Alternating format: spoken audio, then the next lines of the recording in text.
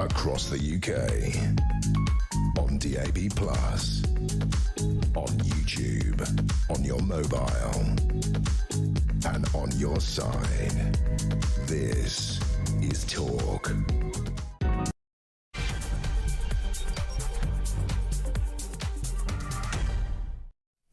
Yes, good afternoon. Welcome to the home of common sense. Thank you to Julia. She's back, of course, tomorrow, right here on Talk at 10 a.m. Loads to get through. As you've been here, I mean, there's always too much news out there, as if that can be possible. It just means more savoury delights for you to get your teeth into. We know, of course, the story of senior Tory Andrew Rosindell followed Robert Jenrick and defected to Reform this weekend in a protest at the Conservatives' handling of the Chagos Islands deal, he says. The MP for Romford and former Shadow Minister for Foreign Affairs gave the announcement on Sunday that he'd been forced to put country before party. What a nice, loyal, patriotic man. We'll have detail on that in a couple of moments. And are you I suppose as a Conservative or as a Reform character, does this make you happy or grumpy?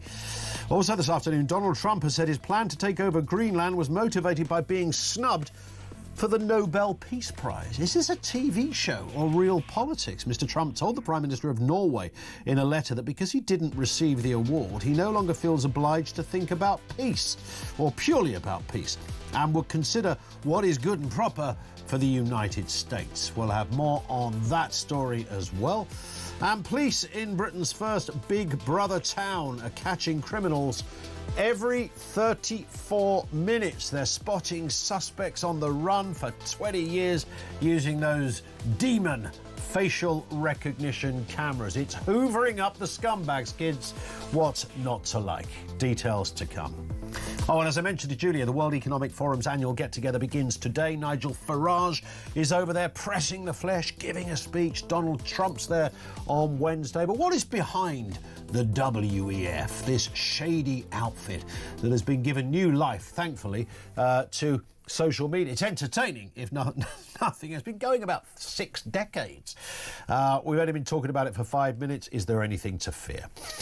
So it's another day and the transfer window remains open down there in Westminster. This time the key player is Andrew Rosindell, the MP for Romford, as I mentioned. He was formerly Shadow Minister for Foreign Affairs. I mean, you can guess the rest, even if you don't already know. He left the Tories and joined Reform. The leader of Reform, Nigel Farage, says the transfer window closes in 15 weeks' time. Will there be others? Well, you better be quick. And let's remember, Mr. Farage doesn't go a bundle on the Tories these days. Have a listen. My message to you is clear, plain and simple. Never trust a Tory. Did you get that? I'll repeat it. Never trust a Tory. They will always let you down. They will always betray you. Well, 2 in the last week have joined Reform UK. I suppose you could argue by definition they're no longer Tory. Never trust a Tory, says Nigel Farage. Are the Reform Party becoming Tory 2.0? What is your assessment of that? I know there's a little bit, unapologetically here, a bit of rinse and repeat in this. We can't help that. It's the second Conservative. And reason, in Tory terms, these are fairly respected figures. Rosindell's been an MP for 25 years. Ardent Brexiteer. Is that something that fills you with happiness? Are you pleased or are you angry? There's also rumours, of course, of a Labour politician crossing the floor this week. Can't wait for that. Apparently not Kate Hoey. I mean, she's in the House of Lords. Already a suggestion she might do it, but apparently someone else. Or is there? Reform, of course, are now sitting there with a crock of sitting MPs. The optics of that are quite important. But does it make you happy or does it make you grumpy? 0344 499 1000. Make no mistake about this. This is the reality. This is bugging the life out of the 2 main parties. How could this centre-right group of people be dominating the polls? How can it be that a party that only began about 20 minutes ago is set to form the next government? Well, there are many reasons, but here's one of them. For too long, complacency has been the name of the game in Westminster. I think we all know that. Not listening to the electorate, not keeping promises about securing our borders and keeping the country safe, failing our economy. People aren't just looking for an alternative party now. but a wholesale root and branch recalibration of how we do politics in the 21st century. A seismic shift in how we do political business, and a forensic deep dive into what a list of priorities for the British public should look like. The two main parties are not getting this. People are legging it to potential alternatives. And let me give you the best example. This happened over the weekend. If you want just to hear and see in motion one of the problems that we're dealing with here, this is the kind of thing that drives people away from Labour or the Tories. At the weekend, the Culture Secretary, Lisa Nandy, was asked if Reform was a fascist party. I mean, how the hell did we even get into this language is another issue. But let's have a listen. Here she is speaking to Sky News. Would you actually use the word fascist about a Nigel Farage-led government or not? Well, look, I'm not sure that labels are particularly helpful, but like I said, I've got a lot of experience of dealing... You're not saying no? Living with the consequence...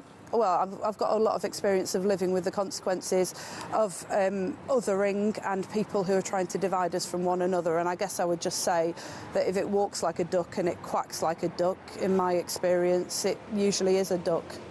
Wow. I mean, you've really lost the dressing room when you have to go there. Yeah, I'm not saying they're fascist, but fascist. Fascist. Think of fascist governments over the years. You know, Mussolini's name would spring to mind. There would be others. How did we get there?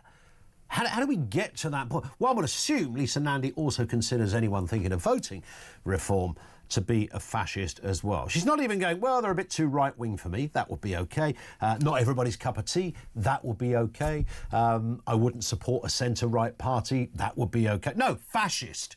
Right in there, straight away. Like a version of Godwin's Law. Look it up if you don't know. That's where she went. And it's that kind of language that actually doesn't scare people away from Reform.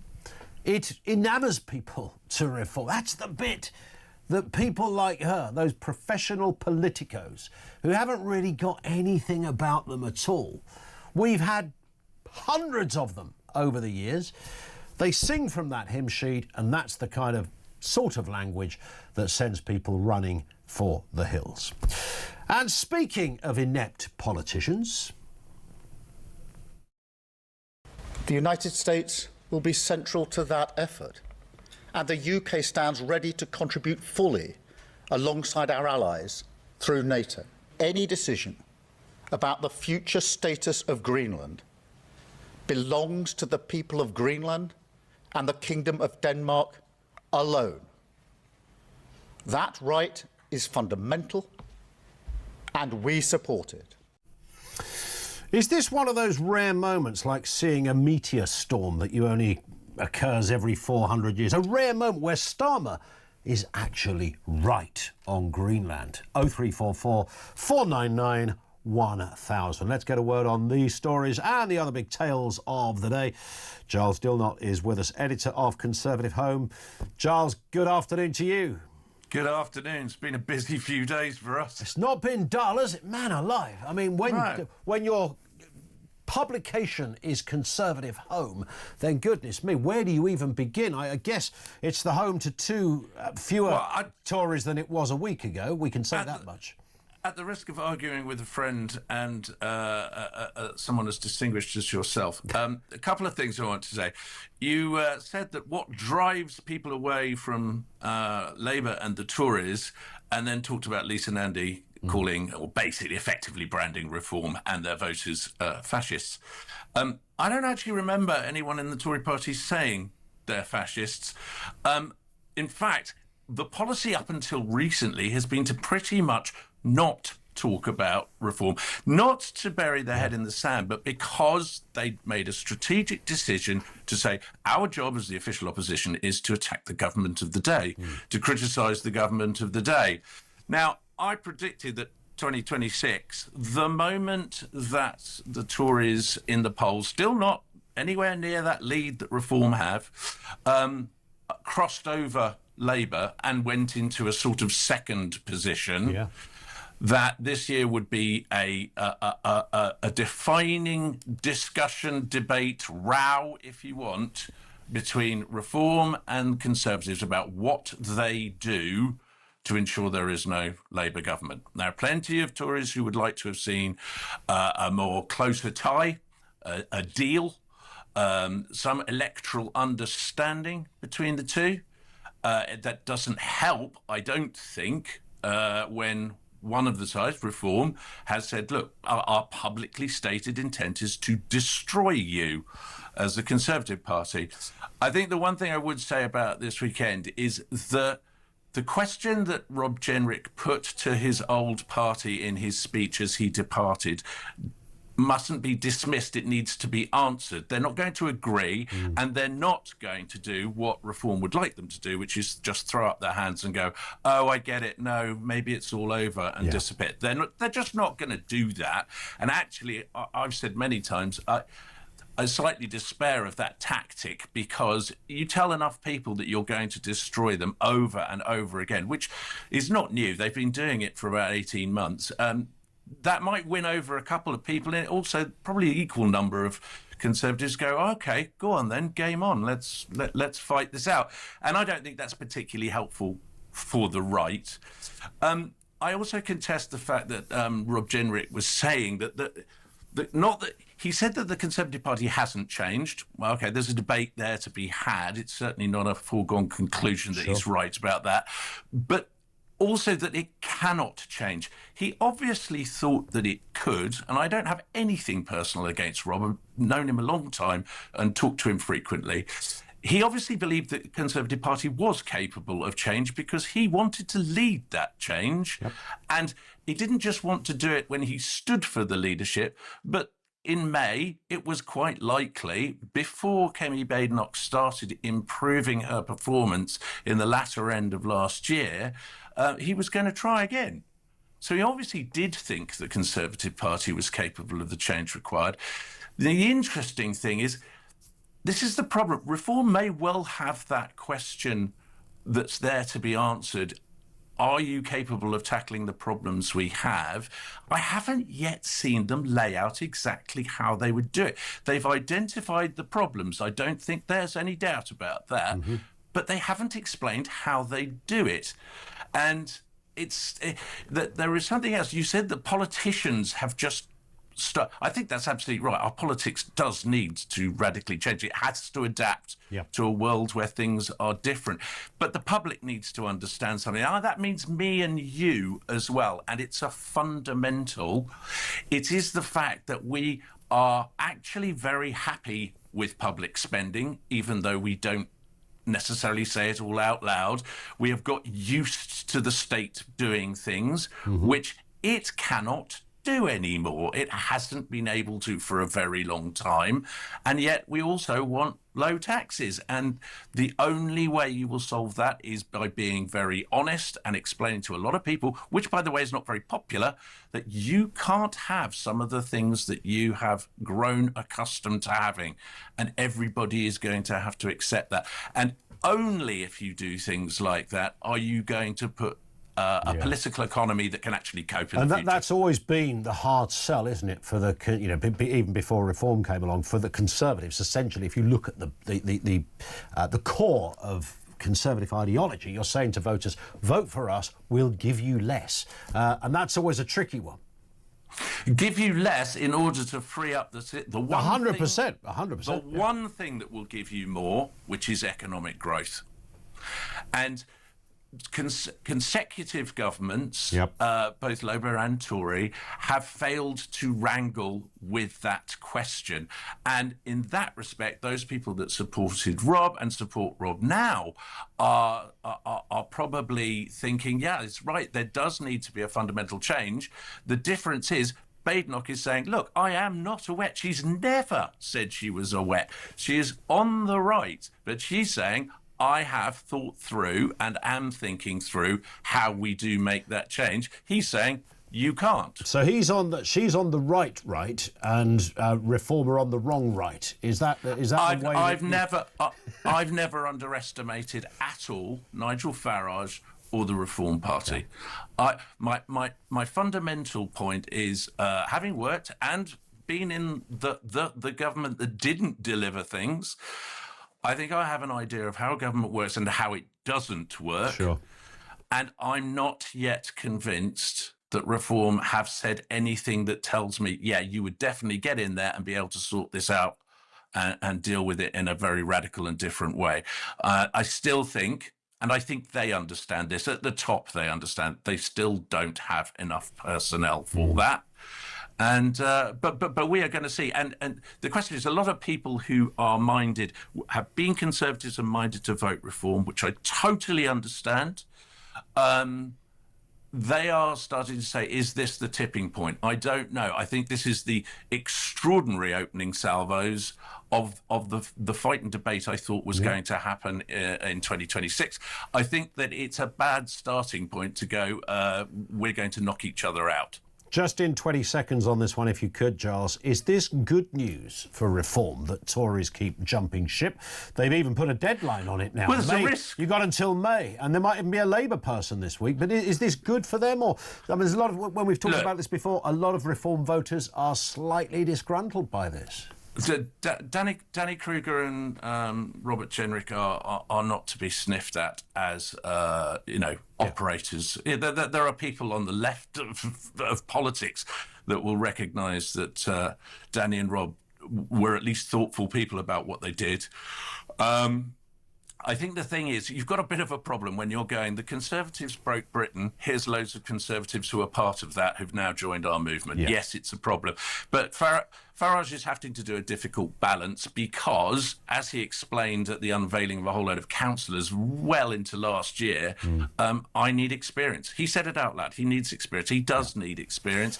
And you're not going to find them particularly elsewhere, given 14 years of Conservative government means that there aren't that many Labour people who've been in government who aren't now.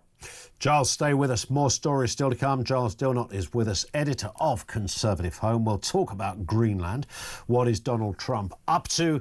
And what actually happens during the World Economic Forum? It's all kicking off today down there at Davos. Big old powwow of the good and the great. Nigel Farage is there in the melee. Donald Trump's there on Wednesday. What are they going to be saying to the good and the great at the WEF? Details to come. Our lines are open as well. 0344 499 1000 as another Tory jump ship to Reform UK. Does that make you happy or a little bit grumpy? Lines are open. This is Talk.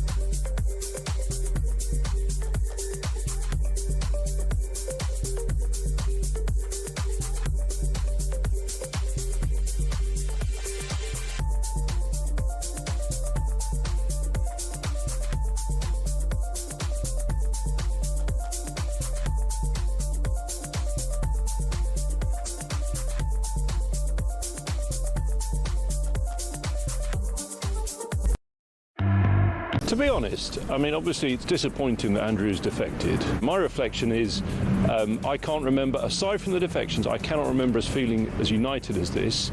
If people wish to leave, they leave. But in terms of our party in Parliament, I think ultimately we'll be stronger from this, we'll be more united.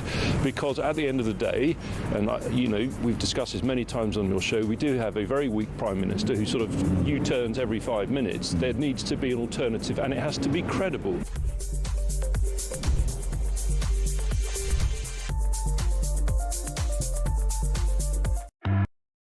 Across the UK, on DAB+, on YouTube, on your mobile, and on your side. This is Talk. It is talk. We will go to your calls as soon as we can. Giles Dilnot is with us from Conservative Home. Giles, let's move to this one. Donald Trump saying his plan to take over Greenland was motivated. This is in a letter, in part by being snubbed for the Nobel Peace Prize. It's an interesting thing to say. Meanwhile, Keir Starmer spoke this morning about the situation as he was, and of course, you would expect he was as lively as he always is. Have a listen. The United States will be central to that effort, and the UK stands ready to contribute fully alongside our allies through NATO. Any decision about the future status of Greenland belongs to the people of Greenland and the Kingdom of Denmark alone. That right is fundamental, and we support it. Riveting stuff from our Prime Minister. Now, Giles, here's the strange thing. Look, whatever we think about Mr Starmer and his oratory skills or lack of, and maybe you did have, like I do when I hear him speak, that compelling urge to nail your eyelids to the floorboards, all of that. Notwithstanding that, what he said there is not actually unreasonable. Seems to be what most people, including Reform, are also suggesting is probably the way ahead. Our adenoidal overlord may have got this one right. Yeah, look, he's got a problem, though, Starmer, just before we get on to Greenland. He's got a problem here. Is like, apparently, the future of Greenland is down to Greenlanders and the Kingdom of Denmark. Yes. Future of the Chagos Islands has absolutely nothing to do with the Chagossians, apparently. Great point. But anyway, let's move to Greenland. Look, there you are telling me that he's told Norway, and I'm sort of, you know, honorary Norwegian, being married to one and with a Norwegian son. True. The fact that Trump has said, "Oh, I did it because of the peace prize." Trump says a lot of things. We know that. We're prepared. Trump version 2, the one thing you could predict was his unpredictability. His brinkmanship, I still think. I don't really think he wants to land US troops in Greenland and wreck NATO. I don't think he actually wants to do that. Maybe he does, but Stuart Miller's the one to look out for, the advisor who really sort of drives this through. There's been a lot of concern for a long time, and those involved in foreign affairs, about activity in the high north, and this is about rare earth metals and access to them. Chinese and the Russians probe there. The Russians have obviously their submarine bases there, coming not in Greenland, obviously, but across the high north and the Arctic. Look, it's an area of activity. It's an area where big powers want to play, and we are now waking up, some of us waking up to the fact that we are in an era of big man politics across the world. And, you know, Trump is saying, look, if I want to do these things, I can do these things. I still think he's trying to do brinkmanship.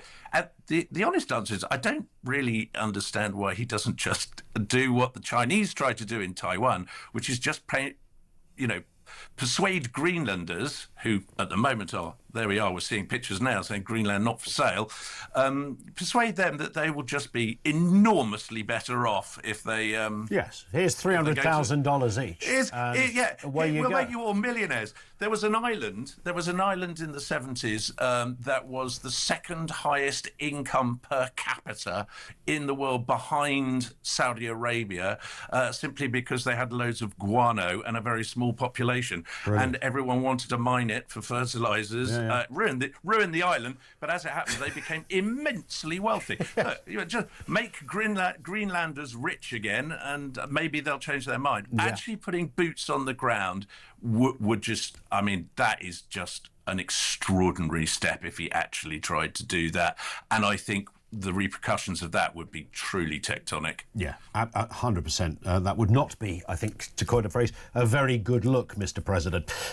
However, let's move on to another thing that Donald Trump's going to be doing this week, and that is attending the World Economic Forum, joining leaders and headliners like Ukraine's Zelensky, the EU's Ursula von der Leyen. But let's hear from the man. Although he's no longer the head of the WEF, he's still a very well-known name when mentioned. What wonderful opportunity to conclude our week here with such concrete proposals and ideas of how we can really create, I would say, a new world order. That's what he said. And then Piers Brosnan walked on behind. No, it's a little like that though, Giles, isn't it? I've said this forever. You thought he should have had a white cat sitting on his lap, didn't you? If his name was Nigel or Bob, then all of these theories around the WEF probably wouldn't exist. But his name's Klaus, and he sounds like that. So there's part of their PR problem. He's no longer, of course, in charge. But it doesn't mean that all those stories about the WEF are secretly running the world and, you know, all of our governments are just puppets on strings. What do you make of that? Look, I've got a thing about the WF and Davos. It's one of those things in politics that's either true or it's not true, and there's no real halfway house depending on who it is you're talking about. Yep. Either, if you go along to it, you are pandering to this secretive economic cabal that runs the world, which has often been a line, I'm afraid, that we've heard from Nigel Farage, or it's a place to go and tell that establishment how you're going to change things and whatever, and it's a bona fide thing to go and visit, which is what he's saying now. Look, either it is what everyone says it is, or it isn't. Yeah. To be perfectly honest, having attended not Davos, but things like that, the Munich Security Conference, which again started off, you know, as a sort of an invitation only, and now has just become a sort of national thing that big leaders want to go to and go. You know, Donald Trump's going because he wants to go. Yeah. It's one of those things where actually, if you really went along and saw what was going on, I think you'd sit there and go, "This is dull." Yes. Ideas are shared. The question is, are those ideas actually germane to the world economy now? And are these people stuck in a model that doesn't particularly work? But they're bright people, and to me, it just seems daft not to hear what they've got to say. Well, indeed, and you know, if you disbanded the WEF, then sooner or later, and there are, as you rightly say, there's lots of other organisations, not just one global organisation. There's many others. But if you disbanded this one, then you're still going to get another group that says, well, it makes sense to get all the leaders in one place and all the people in industry in one place. I actually got a slightly different take on this, Giles. I think that this Klaus chap was one of the greatest business minds ever, because he came up with an idea of saying, let's have if you like, the mother of all lobby groups. I'm going to charge every business $5 million a year, and you pay it, and I'll just get all the politicians in the same room as the business people. Why would you not do that? So he's a rich guy. He's now laying in a hammock in Barbados, probably with his cat. But the kind of rumours continue. I think you're absolutely right. And if anybody in this country thinks that the way to change our economy is to distance yourself from big global business, or indeed small business, just business in general, I have bridges to sell you. Yeah. Good point. On that point as well, Giles, we hit the clock. Always good to see you. It's going to be another busy week over there at Conservative Home. Giles Dilnot is the editor. Check them out online. There's always some cracking stories on there to be had, and growing by the hour at the moment. Over to you on all of that. WEF, Greenland, and of course, reform. Are they becoming the new 2.0? And we asked a sort of variant of this question last week. When you think of yourself as a reform supporter, or somebody that would definitely go in that direction at the next election or in the May elections, does the addition of another Conservative, does that make you happy? Are you beaming at that idea, or are you a little bit grumpy? Our lines are open. This is Talk.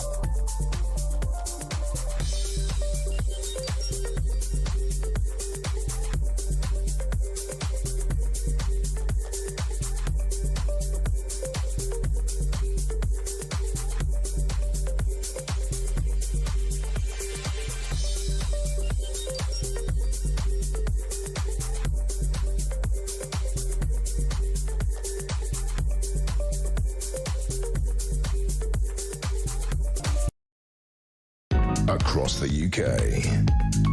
On DAB+, on YouTube, on your mobile, and on your side. This is Talk. 0344 499 1000. Angela says, Lisa Nandy doesn't know the meaning of fascist. Unfortunately, she has shown herself not only to be ignorant, but this childish, insulting behaviour isn't befitting of a sitting MP. And a cabinet minister as well, it should be said, Angela, too. I completely agree. And when you go down that path, what I think is happening now in the current kind of epoch, the world we live in, the 21st century, the way politics has never been more thrown up into the air. We've yet to see what fully lands, but we've got a rough idea.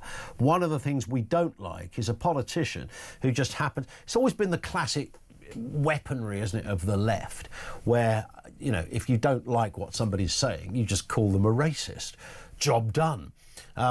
And there she is, really, she's going there. Nandy went there on that one, and I hope, reasonably argue that if you're going down that line, then you're essentially saying, if Reform are a fascist party, then anyone that votes for them is also... Just tell me how that feels to discover that, according to Lisa Nandy, you are a raving fascist.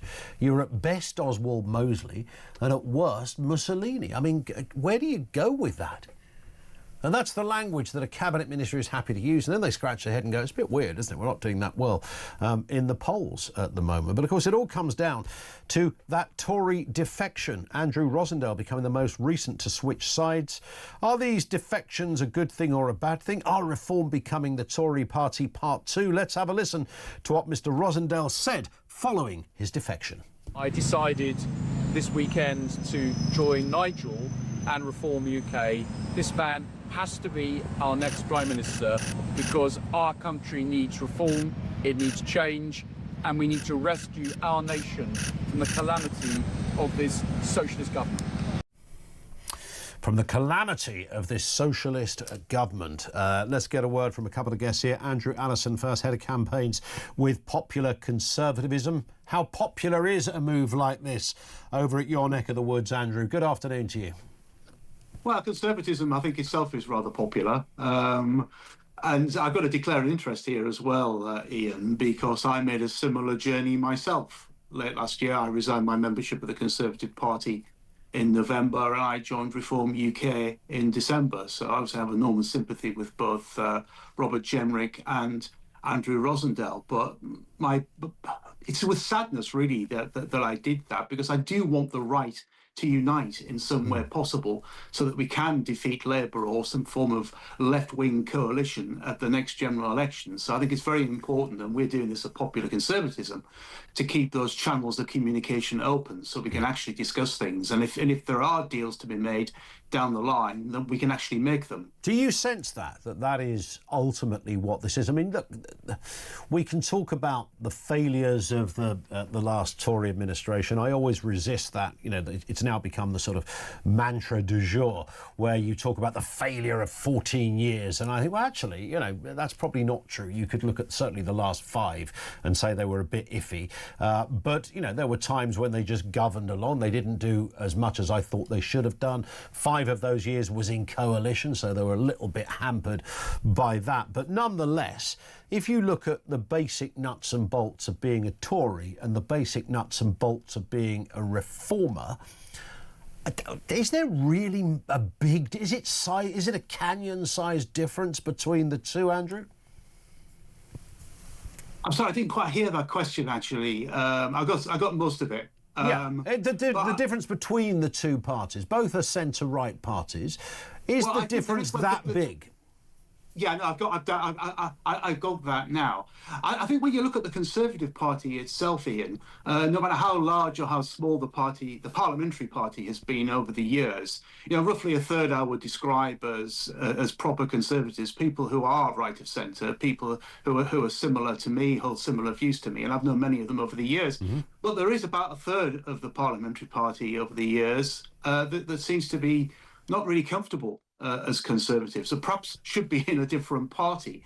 And what I'm seeing in Reform is that a lot of proper Conservatives have moved across because they can't tolerate those particular people in the Conservative Party, what we would describe as the West, if you want to go back to the to the Thatcher years. And you did at the start of that question, Ian, mention about 5 years of coalition. It's rather ironic, isn't it, that it was during those 5 years of coalition that a lot of the successes happened. You want universal credit, it's had its problems, but I think it's better than the old system. When that was introduced, Michael Gove's reforms to education, and all these things were coalition successes. And unfortunately, when you look at the past 14 years, and I think Conservatives really have to wake up and smell the coffee on this, no matter which metric you use, the country has moved to the left over those 14 years. And to govern as a Conservative Party should not have been tricky to work out, whether you were David Cameron. I know, again, he was in a coalition, but Theresa May and all these others that kind of followed. Some argue that Liz Truss gave it a go. I know the room divides slightly on that. But all people are really asking for is a proper Conservative, small c, government, right?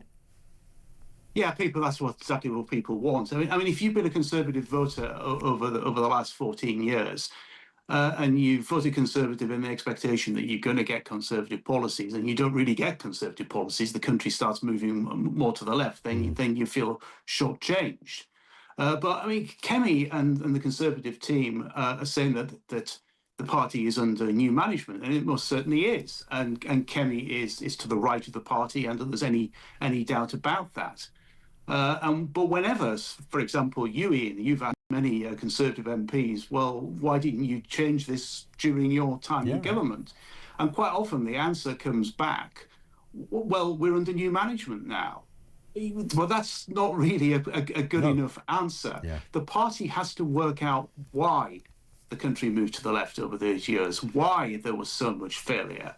And once it starts asking itself those questions and coming up with those answers, such as what Tony Blair did, the legislative traps that Tony Blair has put in there through various acts of Parliament that prevent Conservatives acting on Conservative policies. When they actually start realising that, then they'll come up with a solution. Andrew, thank you for your time. Great to have you on. Andrew Allison, head of campaigns of Popular Conservative, and he's also made that journey himself from Tory to Reform UK. When you break it down, obviously we would look at immigration as being, absolutely top of the pile of concerns and policies when it comes to Reform UK. That's front and centre. Beyond that, what is the attraction for a Tory to Reform UK? What do they think Nigel Farage, Richard Tice and others are going to do better than Kemi Badenoch could do? This comes from John in Wallington. He says, I told you, it's death by 1,000 cuts for the Tories. There's not a chance of reviving a party that barely has a pulse. Reform UK are going from strength to strength. But are they going from that, which is true, by the way, that's objectively true. But are they doing that based on a kind of perception? Or is there a kind of core reality to it? Is it like, wow, have you heard what they said about agriculture this week? Look at their technology policy. Or is it ultimately a kind of sense of common sense and the whole immigration thing? Is it that fundamentally? 0344 499 1000. Let's get a word for Mayuran Senthilnathan, former Reform UK candidate. Mayuran, good afternoon to you. Always good to speak. I mean, what do you make of this? Another Tory within a week, and two fairly high-profile characters in Tory terms have legged it to Reform. Is that good news for Reform, or is it a problem? I think ultimately it's good news, and I think you have to distinguish between two kinds of Tories who might defect. There are those who've championed the government for 14 years, and there's those who've been wounded by the government over 14 years. And I think Robert Jenrick in particular is one of those who's been wounded. He's been effectively radicalised by the incompetence of the Home Office and the government. And so He's come to a situation where he understands that common sense government, that what the country needs is actually radical government. He understands that the problems are so systemic. The constitutional reforms of Tony Blair, from immigration, from energy prices and so on. He understands that it's radical government that is necessary. And the Conservative Party don't understand it. And I think that's the fundamental problem and the point that he's trying to make. Now, you had Tom Buckland, I think a day or so ago, referring to Robert Jenrick as a pound chop Enoch Powell, his attempt at a kind of far-right smear. But even that just tells you, that comment in itself tells you the Conservative Party don't get it. They've lost their constitutional philosophy. Yeah. They've been through so many meandering turns here and there. They don't really know who they are anymore. And even Kemi Badenoch is refusing to admit the gravity of the situation that her party has inflicted on the country. But are we still mostly, whatever way you dress it up, are we mostly talking about immigration? I alluded there a second ago to, you know, it's not an agriculture policy. It's not a Department of Science and Culture policy that people are talking about. It's mostly small boats. Is that, you know, people are bound to ask, is this the beginning, the beginning and the end of current reform policy? Is that all they've got? No, immigration is at the top of the list, and it is the defining and even civilizational issues of our time, because culture is formed over thousands of years and it can be decimated in a few decades. So culture should be raised to the level of national security. So I agree with you about immigration being the #1 issue for reform. But it's not just immigration, it's net zero. Net zero, scrapping that low energy prices, that is in the DNA of reform. The end of identity politics, sovereignty, you know, a low tax, high growth economy, pro-business, alarm clock Britain. These are things that are part of the DNA of the Reform Party, but the Conservative Party have betrayed for a decade and a half. Yeah, indeed. And when you mentioned Buckland, I mentioned Lisa Nandy, I mean, the list could go on when they throw out those accusations of it was fascism at the weekend or racism, whatever. Let's have another listen then to Lisa Nandy when she was challenged on this very point on Sky News yesterday. Would you actually use the word fascist about a Nigel Farage-led government or not?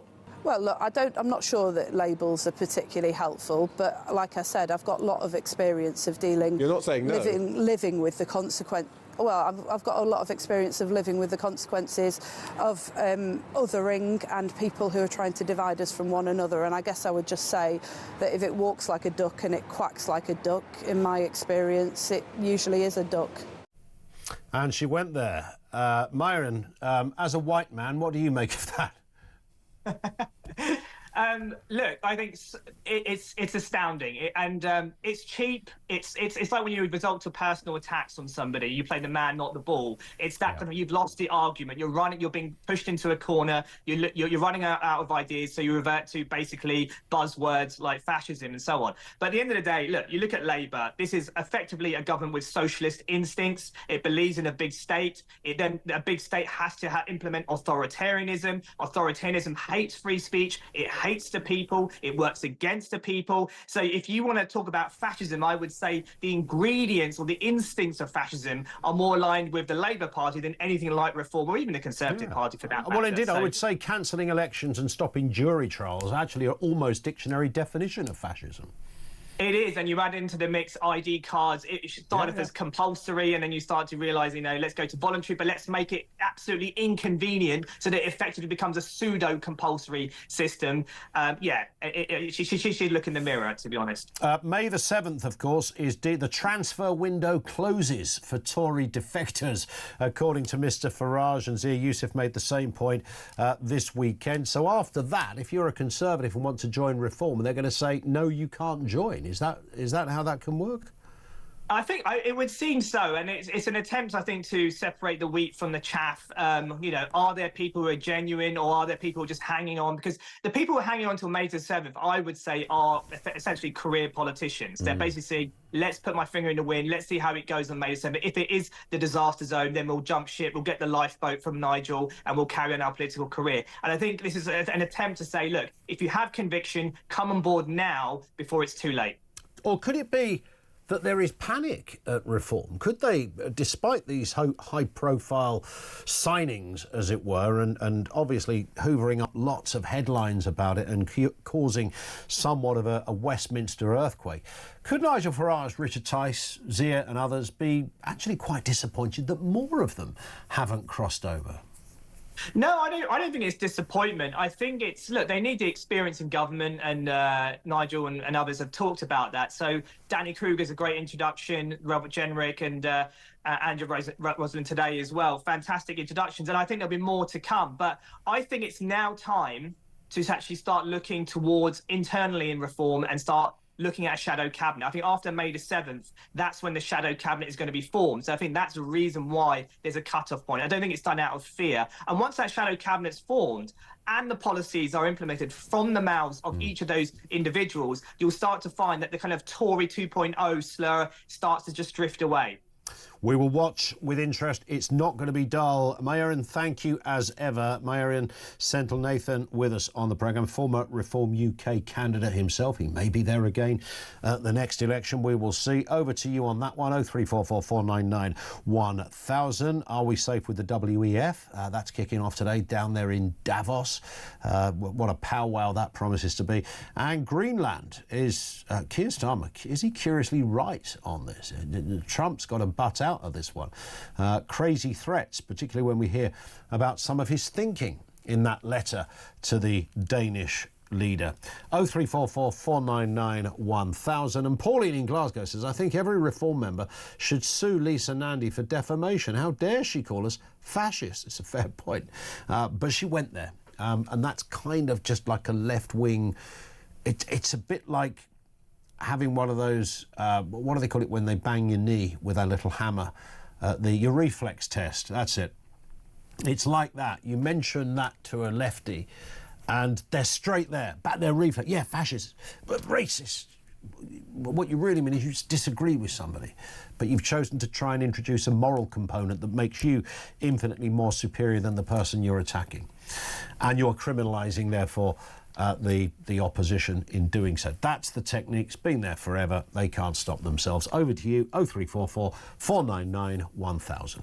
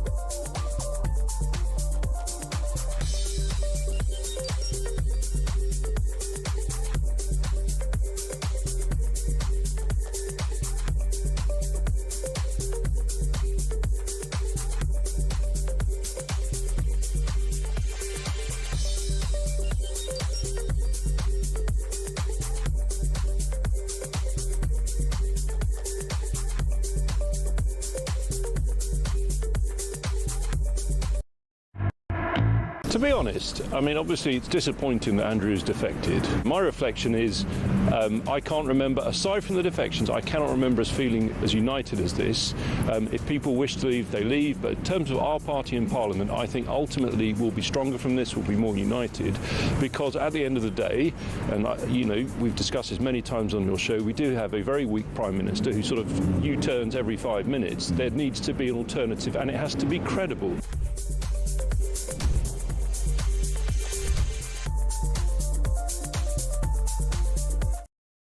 Across the UK, on DAB+, on YouTube, on your mobile, and on your side. This is Talk. This from Elaine, who says, if we stop welcoming illegal immigrants and paying for their housing and benefits for their entire life and their families, that will be a hefty start to making savings. And the other two parties have refused to even try this.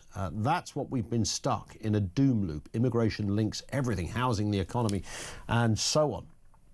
And that is absolutely bang on. Thank you, Elaine, for that. It's not hard to understand. It's not hard to understand from almost every perspective that you look at that story. There is no way anyone could say, certainly not this government or the previous one, they've taken immigration seriously. If you've got 100,000 plus people who were never meant to be here in the first place, stuffed in hotels at the cost of £6 million a day, even if you remove the people aspect of this, just the economics of it, set against a backdrop of a woeful economy, a growing welfare bill. I mean, God, a 10-year-old could work out this stuff. Pav is in Harrow. What are you making of it all? Pav, good afternoon to you. Good afternoon, Ian. Just briefly on what one of your guests was saying earlier, before I get on to the main point. Yeah. The irony in the Prime Minister's speech this morning is that it's the right of Greenland and its citizens to determine their interests and their, route of travel trajectory going forward. But of course, when another country does it back in, 2016, they're racist, thick and inward looking. I'll leave that there. Fair point. But there you go. Right, on to the broader point. I mean, look, I'm undecided, right? I was somebody who, when I used to vote Tory, but I didn't vote in the last election for all sorts of things. I think there needs to be an element of realism. I mean, I heard Robert Jenrick this morning. He actually sounded more impressive than he has before. But as I've said to you, that's not a high bar according to me anyway. But at the same time, I think there needs to be an element of realism in that because Reform's a new party, it may be they struggle to turn around and get the requisite number in order to get the majority of the next election, contrary to what the polls may or may not say. We may be surprised. And the realism needs to come from the fact that the way both of them are bombastically saying, there's not going to be a potential coalition, I just think will make them look silly. But on to the substantive element of what I was going to say. On that, and I've been hearing, I heard your guest just before talking about Reform, saying, you only want certain people or these types of people.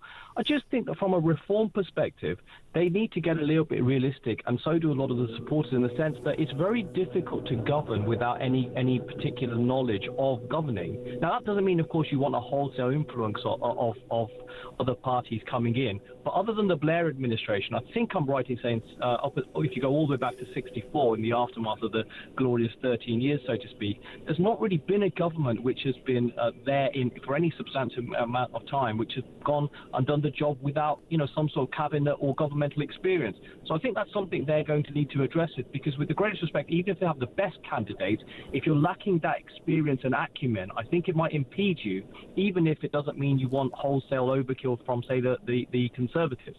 And moving on to the Conservatives briefly, Ian, I just find really that the way some of them are championing the departures of Rosendale or Jenrick or whoever, I think they really, really just don't get what happened at the previous election. And this is the problem. You can go Remainer central all you want, or left centre, whatever you want to call it, blue socialists, whatever. But that terrain is already taken by the Liberal Democrats and Labour. You are going to have a tough time if you're Conservative, a Conservative MP fighting that battle on that terrain with those types of parties, because that's essentially their natural home. Yeah. And instead, rather than re-embracing the right, which is where Reform have really nailed them and really, gone eaten into their lead, they're consistently pushing left. All that's going to happen is, in my opinion anyway, they're simply going to expedite their demise, because they're going into, a brand of politics which they've never been. And finally, Ian, we've been a centre-right country for pretty much the whole of the post-war period. Yeah, what on earth makes these folks think? That's a very good point. What's interesting, though, Pav, just a final point on Reform. I've only really kind of seen clarity on this. They've never really said what they're going to do on immigration. They've never said, look, we've got 100,000, 150,000 people that shouldn't be here. They've talked about, in general terms, deportations for those who have no right to be here. But the more specific question of what do you do about 65,000 people coming over on a rubber boat, they haven't fundamentally addressed that. It's not like we could all go, Reform are going to do this. We've no idea. Yep. But Ian, I think that's probably their strength, because if you turn around and publish your proposals, they're scrutinised very quickly, very rapidly. And if you remember what Trump said to Farage when he went to go and see him a little while back, he basically said, play your cards close to your chest. And let's not be honest, we don't want the heavy-handed approach the Americans are adopting, but I just think that's part of it. And as we saw in the last election, the less detail you give, the more chance you have of getting a majority. OK, Pav, on that point, thank you. I want to get a word from Ian down in London. What have you got for us, Ian? Afternoon to you. Hello, Ian. Hi. Another week, another talk. Yeah, it's not dull. Basically, can somebody tell me, we know where some have reformed, but where did all these reform so-called voters suddenly appear from? They're not actually reform. All they want is they're conservatives that are just putting a different colour coat on, truthfully. That's what I can't understand. So what they're saying is they would like it. So if an MP wants to move over to that side, what's the trouble? What is the big point? Do you know what I mean? It's just crazy. You have somebody... I've got friends of mine that are reform voters all of a sudden. What were you before? We were conservative. So if the MPs moved over, what's the difference? So in that respect, it does... Were you saying it's not a strength for reform, or it is a strength? It's basically, it's just saying to the person that's moving over, all right, so you kept your head under the parapet before, but now you want to be a little bit more towards the right, okay, fine. But you know what you've got to do. Yep. But the thing is, as the last caller quite rightly said, they've got to fill the benches with somebody. And if you're getting somebody who's got no past, no history, no nothing, they've got to suddenly, I've said it to you before, it's just never going to work. It's never going to work. If you're trying to find 600 candidates or 600 plus candidates, you're not going to find it in time, not in a million weeks, right? It's just they've really got to accept. But if you get, because you're absolutely right. I mean, it's going to be hard to do. They've got 3 years to do it in, though, Ian.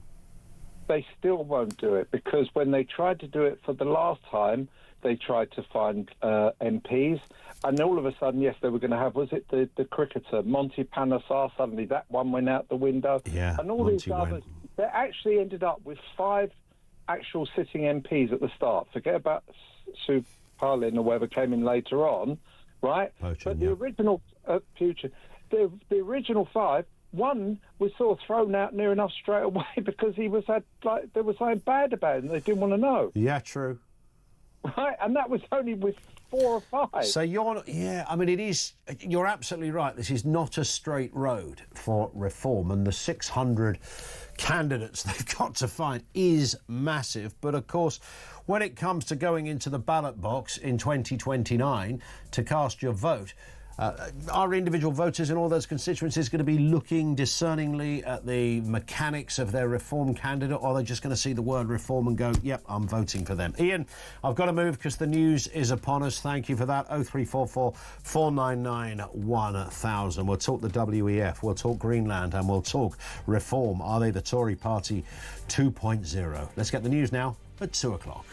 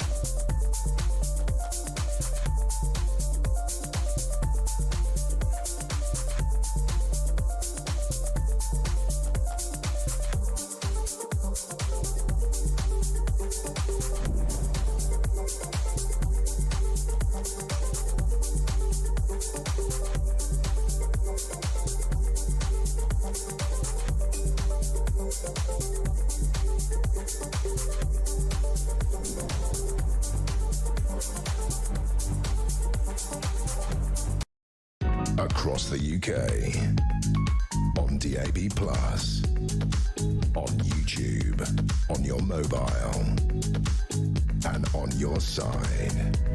This is Talk.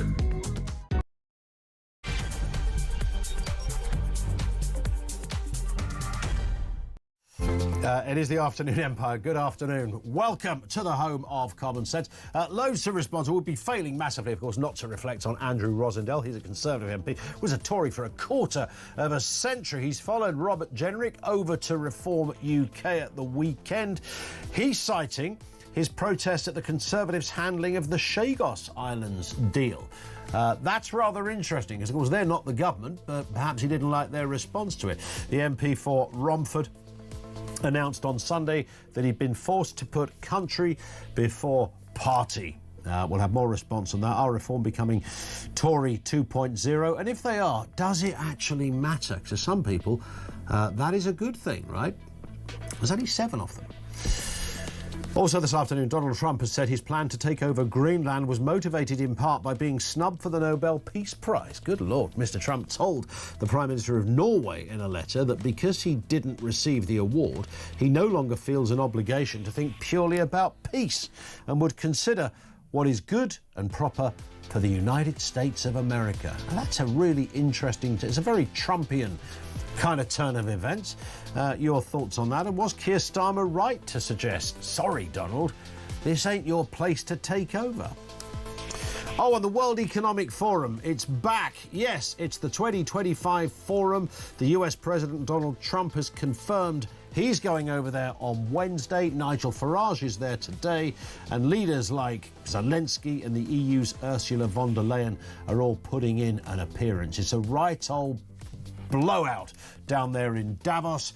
Should we fear the WEF? Details to come. Everything you need to know and all the breaking news right here on Talk. 0344 foil 499 1000. I was reading a word. You know, when your brain, you'll understand. I saw the word boils and I said foils. This comes from Terry. He says, Labour must be getting desperate to call Farage a fascist. What next? He boils kittens, says Terry in Pansted. Yeah, it's exactly that territory, isn't it? We can't really think of a fundamental way to carve out disagreement with them or to show our distaste at how their policies are different to ours. So we'll just call them a bunch of fascists. It's the oldest one in the book. This one comes from Benjamin, listening to Keir Starmer. He says, listening to Keir Starmer, I get more inspiration from emptying my cat's litter tray. Yeah, I get it. I totally hear you, brother. 0344 499 1000. Now, Donald Trump, as you've been hearing, has said the plan to take over Greenland was motivated in part by being snubbed for a Nobel Peace Prize. Meanwhile, Keir Starmer spoke this morning about the situation. Listen to this. It's a clip of our own Prime Minister, and please note that he's sounding as lively as ever. The United States will be central to that effort, and the UK stands ready to contribute fully alongside our allies through NATO. Any decision about the future status of Greenland belongs to the people of Greenland and the Kingdom of Denmark alone. That right is fundamental, and we support it. It is also supported by the Conservative Party, and I think it'd be reasonable to say by Reform UK as well. They've seemed to have put the caveat in. Robert Jenrick was speaking here this morning on Talk with Julia. His point was you have to kind of understand why America are wanting this. And that's all about defence and security. Let's speak with Jacob Reynolds, Head of Policy at MCC Brussels. That's a think tank making the case for stronger nations and borders and strong ideals in defence of European civilisations. Well, here's a potential threat to a civilisation, I guess, Jacob. Good afternoon to you, by the way. Donald Trump, he wants Greenland. Is he going to get it? Well, judging by the kind of track record of European leaders, you'd probably put your money more with Trump than with them. But the fundamental issue at stake here is that you've raised in the question of Greenland is this question of sovereignty. And the people who are standing up now to loudly proclaim that they're on the side of Greenland or on the side of Denmark are precisely those people like the EU elites or like Keir Starmer who've spent so long trashing the concept of sovereignty. So I don't think you can really kind of take them at their word when they say, oh, they've now had this kind of sudden conversion to the politics of sovereignty. Yeah, indeed. And there's many analogies. Chagos is one of them that keeps coming up. It's like, well, hang on a second, the people of Chagos didn't get a say in anything. So, you know, what's with the newfound moral high ground, Mr. Starmer? That's an understandable criticism, I think, of our own Prime Minister. In terms of Greenland itself, what we keep hearing is, and this is the Trump position, is that, you know, that geographically it's fundamental to security. You've got the Chinese sniffing around. You've certainly got the Russians sniffing around. I mean, what are they worried that might happen? That suddenly it becomes a Russian state or a Chinese state? What is the big fundamental concern that the Americans have? Yeah, well, and here is where it gets really interesting and I guess also kind of difficult, because on the one hand, you've got lots of people articulating these kind of geopolitical necessities for why America needs to have strong control over Greenland. That have all to do with missile defense systems and access to Arctic resources and shipping and all of these big things that are going to become kind of defining themes as the world gets a more dangerous and kind of competitive place. Yeah. And at the same time, as all of those like difficult complex conversations, this is all mediated by the seemingly kind of erratic behaviour, occasionally of Donald Trump and occasionally of leaders elsewhere. So, as was referenced in the news, and you were referencing the fact that Donald Trump is apparently so angered by his Nobel Peace Prize snub that he now has kind of turned to Greenland to let his anger out. And so the collision of these kind of two things is what makes this a very dangerous, very messy, very unpredictable moment. And there's clearly a danger that what should be a kind of calm and measured discussion about the future of Western collective security suddenly spirals out of control into something very different. Like we're now talking about the very nature of the NATO alliance, whether that's under threat. And none of the players in this, in their best moment, surely want to actually invoke these problems, but it's becoming inevitable that we're asking these much bigger questions because of how erratic everything is. That's very true. I mean, when push comes to shove, to coin that phrase, ultimately it's got to be down to Greenland and Denmark, right? I mean, that, you know, you mentioned there about the contradictory nature, and you've tweeted about it as well, of EU leaders, the EU that has, you know, done its utmost across many, many years to remove status from countries in favour of something much larger and collective. And I mentioned Chagos as well. So would it be fair to say the obvious question, which some of those politicians, hypocrites as they may be, are, that Greenland must determine the future of Greenland, along with the Kingdom of Denmark? Yeah, well, you obviously, if you believe in the principle of sovereignty, you have to say that this is not something that can be externally imposed by the United States or by anyone else. And you also at the same time want to say, just because the United States has said that it wants the territory, it doesn't mean we now need to have a referendum on that question in Greenland either. But the problem is that European leaders are so kind of geopolitically clueless and have spent so long with their heads in the cloud of the fantasy of a so-called rules-based international order where everybody talks things through and gets along and nobody invests in their militaries and nobody kind of asks big, difficult questions about the future of the world. They spent so long in this fantasy land where sovereignty was a word that was conspicuous by its absence, where they've spent so long there that they're now completely and catastrophically unprepared for the reality of a world that's very, very different. And the fact that they're these kind of meager token the kind of gesture of sending a small number of troops to Greenland, which only seems to have inflamed Donald Trump even further. That's a symbol of a whole approach to world politics that is no longer viable. What is your gut telling you, Jacob? Final point. Where do you think we'll be in a month from now? Well, I'd like to hope that some calmer heads can prevail and that we certainly avoid any kind of military confrontation. I think that the track record of Trump suggests that there's still some hope that this kind of Trumpist impulse of asking for mad things and then negotiating down or chickening out, or as is often put, but that is the kind of operating way that Trump likes to deal with these issues. So the hope is very much that there'll be some kind of agreement rather than any kind of forceful action, or that some other international crisis kind of comes up which distracts Trump's attention. I still think that the stakes are too high for it to really get out of control. But the fact that these things can't be handled anymore behind closed doors as they really should be among kind of leaders privately first is a very worrying development for the West in general, for Europe and America. I was just thinking, just a very final point, Jacob, the World Economic Forum, of course, their big powwow in Davos kicks off today. Maybe collectively they'll come up with the answer. Isn't that what they're meant to do down there? Well, yeah, you'd like to think that the conspiracy theory of everything being puppeteered in Davos was actually true, and that you could actually rely on them to do these things properly. But I think that actually that's not the case, and that all of the leaders will be kind of milling around at Davos looking at each other slightly clueless, because nobody really knows how to resolve what has become such a big existential crisis for the West. Indeed. Jacob, thank you for your time. Really great to talk. Jacob Reynolds, Head of Policy at MCC Brussels. They are a think tank who looks at areas such as strong nations, strong borders and defence of European civilization. He's got a lot to say on that, but there he was on Donald Trump.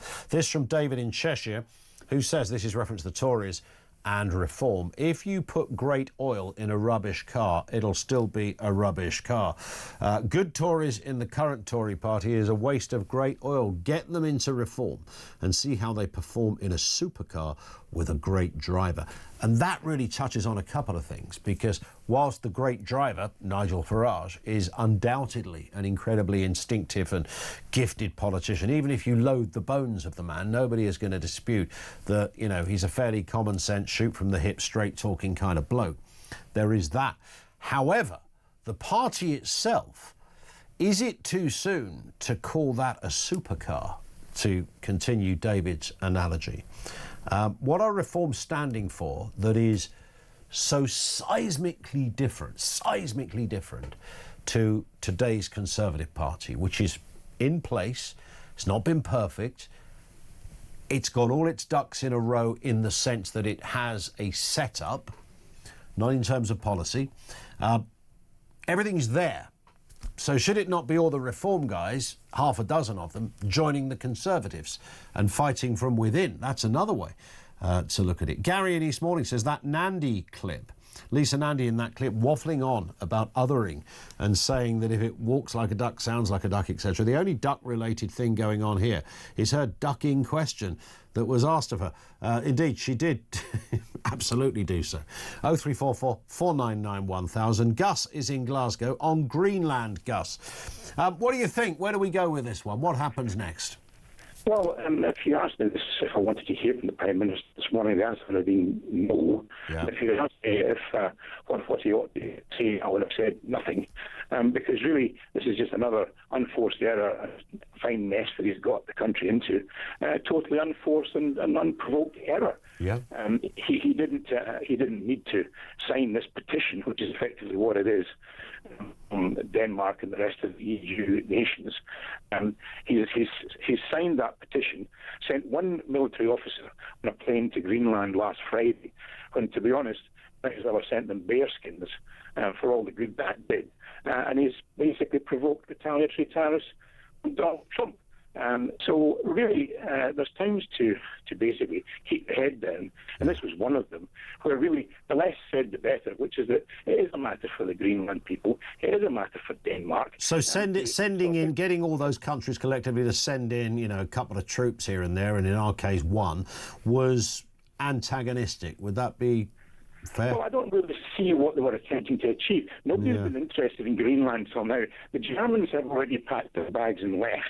So if he looks over his shoulder, he'll find that his allies have already deserted him. Yep. Because the Germans went in on Friday as well, left on Sunday, and their answer to that was, well, we've been there, and we've seen what we need to see, and the mission they seem to be trying to make the NATO point, isn't it? That's clearly the footprint they're trying to leave on Greenland, that this is NATO territory and we're all in NATO.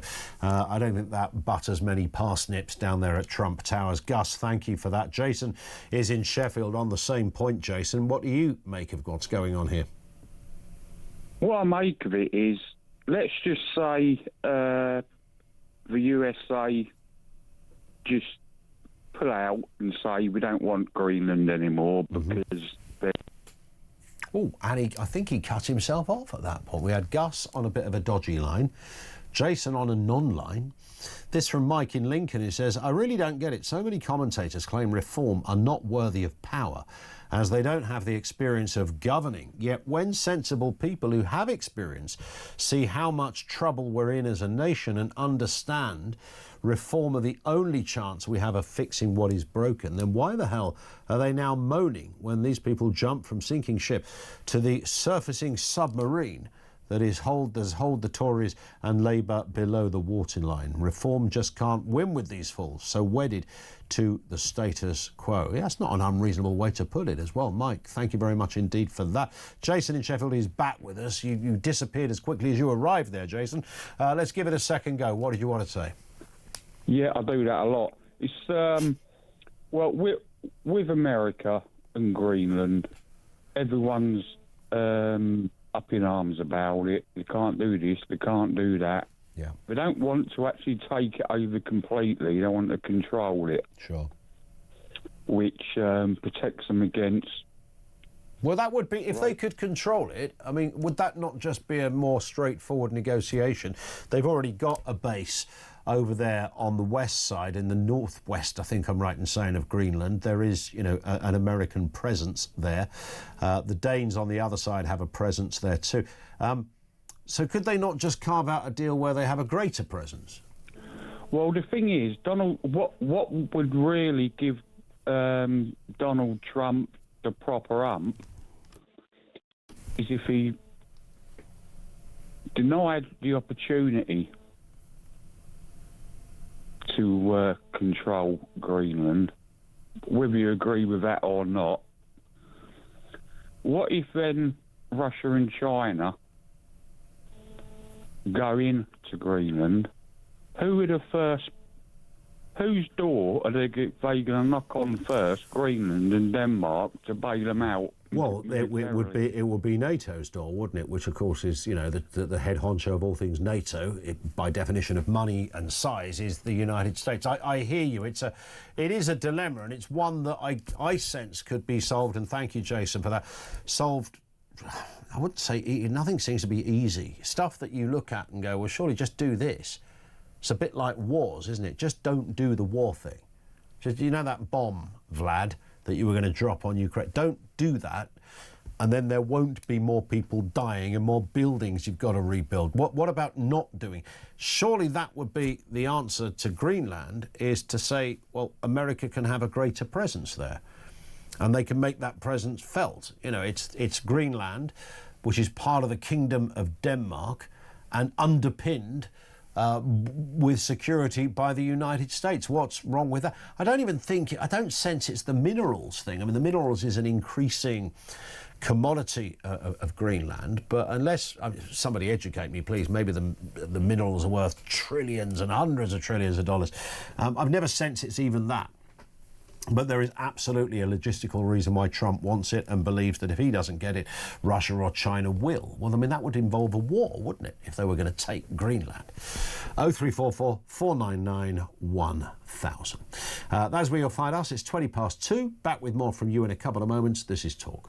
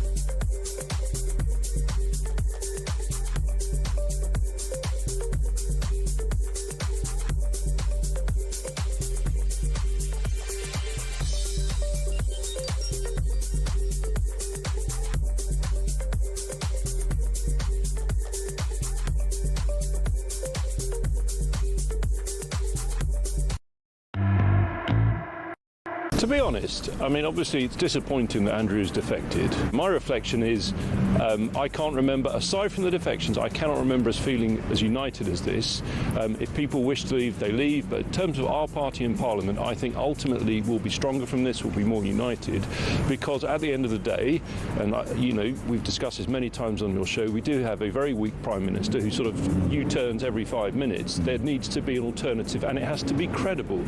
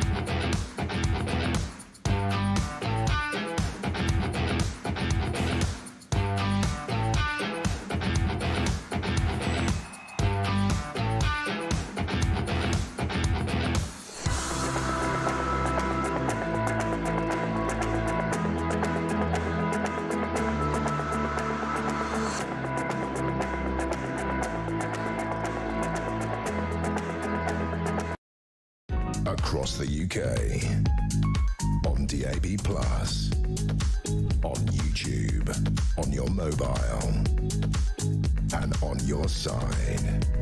This is Talk.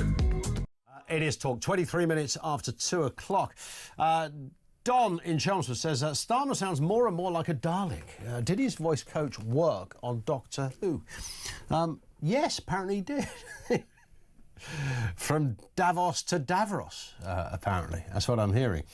Andrew in Salisbury, Nigel Farage is more like Boris Johnson every day.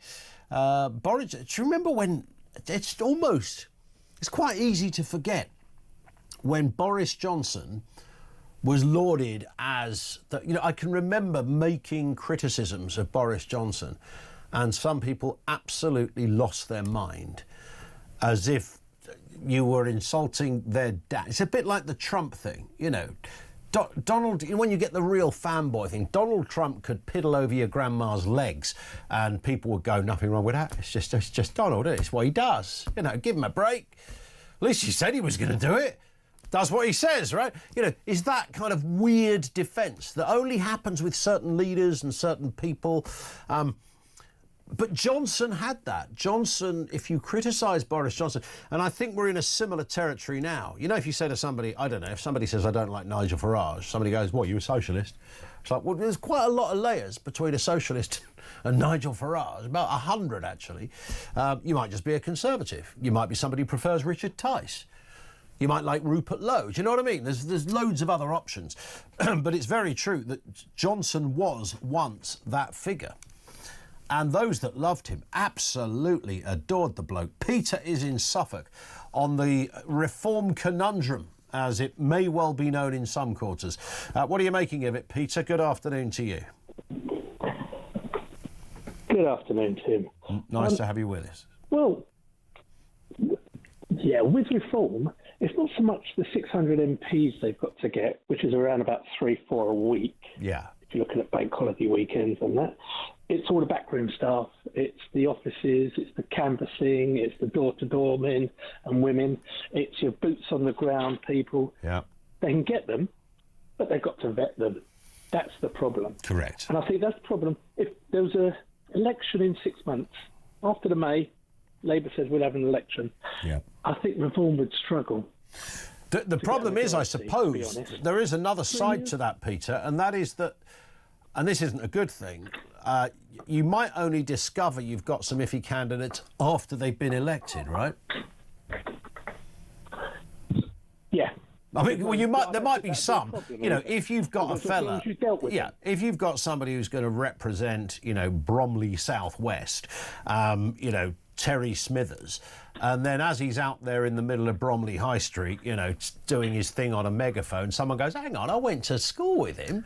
He was a right dodgy, but that might come out beforehand. But I would say, given the the thirst for a change in government. I don't know how many people are that discerning. Most people aren't going to read the literature or look at the background of their candidate. They're just going to vote Reform, right? I think the main thing is not so much that happens, it's how then does the party deal with it. Well, yes. Just one other thing. Yeah, here. go on. Just about Greenland, Starmer must be turning in his sleep. Greenland, we must support Greenland. A principality of Denmark. Oh, Falklands. Oh, hold on. Argentina want that. They should have it. We don't want it. Oh, no. Yeah, he really must be... All of a sudden, he's become... It's a kingdom. Yeah, I guess, you know, he would say, well, I can only deal with what's in front of me. Is he right, though, when he says this is a decision for Norway, for Denmark and Greenland, rather? I think it is. I mean, the Americans can put as many troops in there as they want. I don't think it's about troops. It's about everything else in the Arctic. But I think Starmer is... You can see his colours. He really... Well, this morning he put everybody to sleep. He's not the Daleks. He's Dylan out of the Magic Roundabout. No, didn't you just love Dylan with his carrots? Exactly. Anyway, you have a good day. And you too, Peter. Thank you for going retro on us with the Magic Roundabout. Was I the only kid that didn't like the Magic Roundabout? I always thought it was flipping hopeless. And obviously you have to be of a certain age to remember the Magic Roundabout, but it was pretty seismic for kids' offerings on the TV. They had that bouncy thing that used to spring on, whose name escapes. Zebedee, that was it, Zebedee. And you had Florence, who was a bit of a dimwit, and you had Dylan, who was a stoned... Was he a rabbit, I think? I don't know who they all were. It was madness. But it was always dark. It wasn't exactly Mr. Ben, was it? I mean, Mr. Ben was your quality. You know, Bagpuss was quality.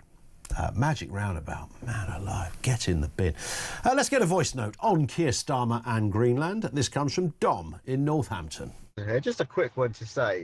You guys really should put out some sort of advance warning when you're going to start playing another clip of the Keir Starmer speech from today.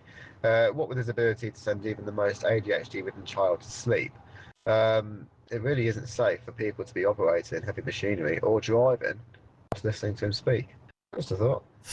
I love the idea that we would be legally obliged to tell anyone operating heavy machinery to stop doing it now because we're about to play a Keir Starmer speech. It's a lovely thought, but I think Dom might be onto something there. I think that's probably a good, sensible thing to do. Daniel's in Epsom. Doesn't need any kind of warning, Daniel. Good afternoon to you. All right, Ian, how are you, mate? I'm good as gold, Dan. What are you thinking? Well, all these stories that you're doing today are Reform going to be Tories 2.0? Yeah. I mean, if you actually have the stats in front of you, though, I think it's 4% of defections from the Conservative Party. So 4% of people within Reform. That's all it is. And I think it's sensible. I think it's smart. It ensures you've got people that know how government works. You know, no, I agree. I agree. But there is that kind of angst out there, isn't there? And it's been raised by a lot of Reform supporters. Yeah, but I mean, I don't think they've not anyone serious. I don't think, because literally, if it ends up being 5%, that means 95% of the people are actually just Reform through and through. I can't wait for May. I cannot wait for May. I know Starmer has cancelled a lot of elections, but I think May will be the first step towards a Reform government. And I've been out leafleting for Reform. I think the revolution's gonna be televised, Ian. Yeah, well, I'll come back to that in a second, Daniel. It's just the point about ex-Tories. I mean, Nigel Farage is an ex-Tory. Richard Tice is an ex-Tory. So they might not have been MPs, but does that count? Yeah, well, don't forget, a lot of the Reform are only the Conservative Party of the 1980s, right? Where the problem that the Conservative Party had was it lurched to the left. So about half of their MPs were just like Lib Dems in blue ties. Yeah. You know, weaklings, centrists, and socialists. Yeah. And the first thing that Kemi should have done is when they lost, she should have got rid of all of those weak centrists and socialists. Sure. She should have rid the party of them. But because I was shouting at the radio when you had the guy on from Conservative Home, because I was almost saying to myself in the car, if you'd have done the things we'd asked you to do, if you'd have protected our borders and ensured we had law and order and protected our people and our borders, there would be no need for reform. Just tell us this. No, you're absolutely bang on. That's the only reason they exist, because there was a vacuum there and they filled it, and they continue to fill it, and they continue to grow. What do you say about that point that was raised by a previous texter who said, hang on, this is just, people thought all this stuff about Boris Johnson. Yeah, but Johnson was I'm sure you probably said something similar, Dan, didn't you? Yeah, I mean, I believed in Boris Johnson, and I believed in the last Conservative government. I thought they would give us I thought they would give the British majority what we asked for, and they didn't. Yeah. And now they're going to pay the price. Where Reform know exactly what the British majority want. It's simple. We want the first duty of any government is the protection of its own people, which means you have to protect the borders. I want mass deportations, millions gone. If you're not contributing... But do you really think that's going to happen under Reform? Yeah. That millions of people will be deported? Yeah, I really hope it does. Yeah. I'm so sick of living in this country. 73 million people trying to use an infrastructure fit for 50 million people. Nothing publicly run works. When I go down the hospital, I can't believe my eyes. Like, it's only a 12-hour wait tonight. That's a joke. I can remember I can remember being in 1997. I was about 16, I think, and when I was 16, there were a quarter less people in the country. About a quarter less, 1 in 4 people less roaming around. We had mass immigration shoved down our throats, and no one ever wanted it. No one ever asked for it. It's kind of bizarre. It's kind of bizarre. And I know there is always that argument about, manpower and how many people are legal compared to illegal. Probably a wider debate, and maybe not for now. Daniel, thank you. I know you speak for a lot of people when you say that. My reservation in all of that is whether Reform are... So what, 2 million people are going to be deported under Reform? I don't think I believe that's going to happen. 0344 499 1000. This is Talk.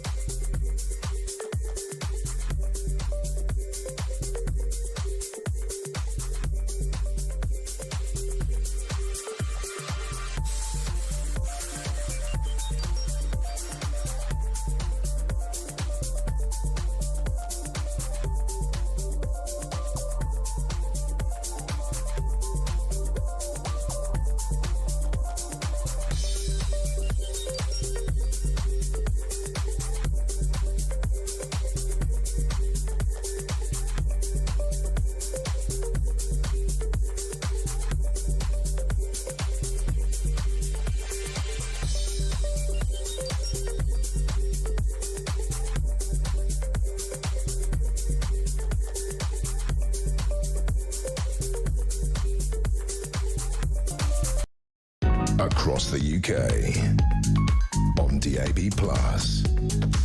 on YouTube, on your mobile, and on your side. This is Talk. It is Talk. And this from Zoe, who says, isn't this the genius of Trump? All the European countries couldn't give a damn about Greenland a month ago. Most people couldn't find it on a map. Now, all of a sudden, all the European leaders are running about looking for a solution and a compromise, which will probably be what Trump's plan was anyway, says Zoe. Yeah, that's true. I mean, there is that way to look at it, and I get it, and it is quite fun to look at it in that respect. But I suppose, it's a NATO territory that we're talking about, and that hasn't been raised before in this way, so arguably it's the first time. One here, no name given, says Magic Roundabout was so bad. Glad somebody agrees. Yeah, it was just chronically boring as a kid. Magic Roundabout. It's probably one of those things, they probably only made 20 episodes, but in your small head, because I was paralysed by this nonsense as a child. It was almost on every day, like I was growing up in North Korea. Oh, for God's sake, it's that time of day I've got to watch the Magic Roundabout. I've just been told by Finn they made, can you believe somebody had time to do this? They made 441 episodes.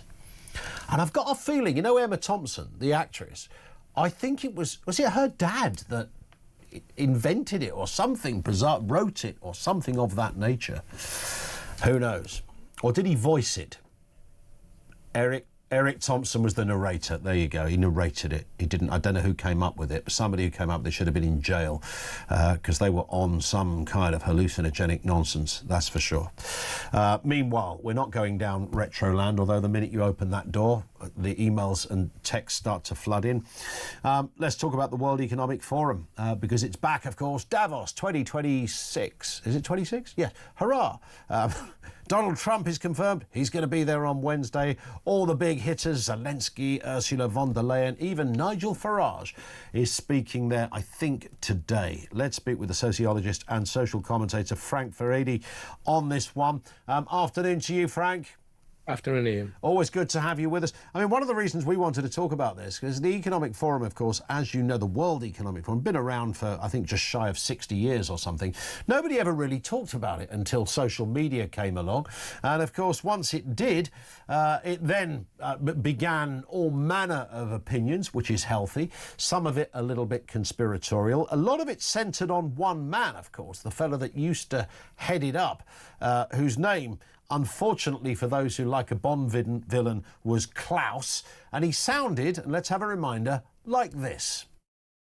What wonderful opportunity to conclude our week here with such concrete proposals and ideas of how we can really create, I would say, a new world order. Wow. And it's phrases like that, Frank, as well, that set tongues wagging. A new world order. Klaus, what's going on here? Are they running the world? What's your assessment of that basic question, Frank? Well, there were always a bunch of businessmen using this company. It was, in effect, Klaus Schwab's private company. Yeah. As a way of networking and as a way of trying to hobnob with big-name politicians. What's interesting is that until last year, the World Economic Forum was like an institution that tried to globalize wokeism and tried to globalize environmentalism. And they came across not as hard-nosed businessmen, which is what they were, but as do-gooders who just cared about the planet, they cared about pussycats, just about anything that involved a human interest story. There was a bit of a theater, and something very interesting happened because the minute that Donald Trump got elected in the United States, they began to flip. Yeah. And they began to flip to the point that today, they no longer talk about pussycats, they no longer talk about environmentalism. Greta Thunberg, who used to be a regular there, is no longer invited there. Instead, they have Trump and his team. Yeah. And it's almost like they're kind of come across as MAGA's fan club, as somehow they too are into Trump, into his ideas. And you're right, Frank. They're essentially protecting a business because it is a business, and you know the company's paying $5 million a year or whatever it is to be part of this business. I mean, no wonder Klaus is now laying in a hammock in Barbados because you know he did rather well out of this over the years, and it's a private company. But how did they get to? How you're absolutely right. I mean, this started out as a business organisation. Politicians meet captains of industry. Let's put it that way, and that makes sense. If the WEF didn't exist, it would make sense that these people would meet. Let's remember, politicians don't make anything, they don't innovate, they don't engineer. That comes largely from the private sector. So I understand the need to meet, but how did they arrive upon this kind of wokey agenda where, as you rightly say, the whole kind of net zero thing, along with gender madness and goodness knows what else, how did that take a grip on the World Economic Forum? Well, the way that it occurred was that you had all these politicians who essentially felt much more comfortable with people like themselves from other countries than they did with their own people. Yeah.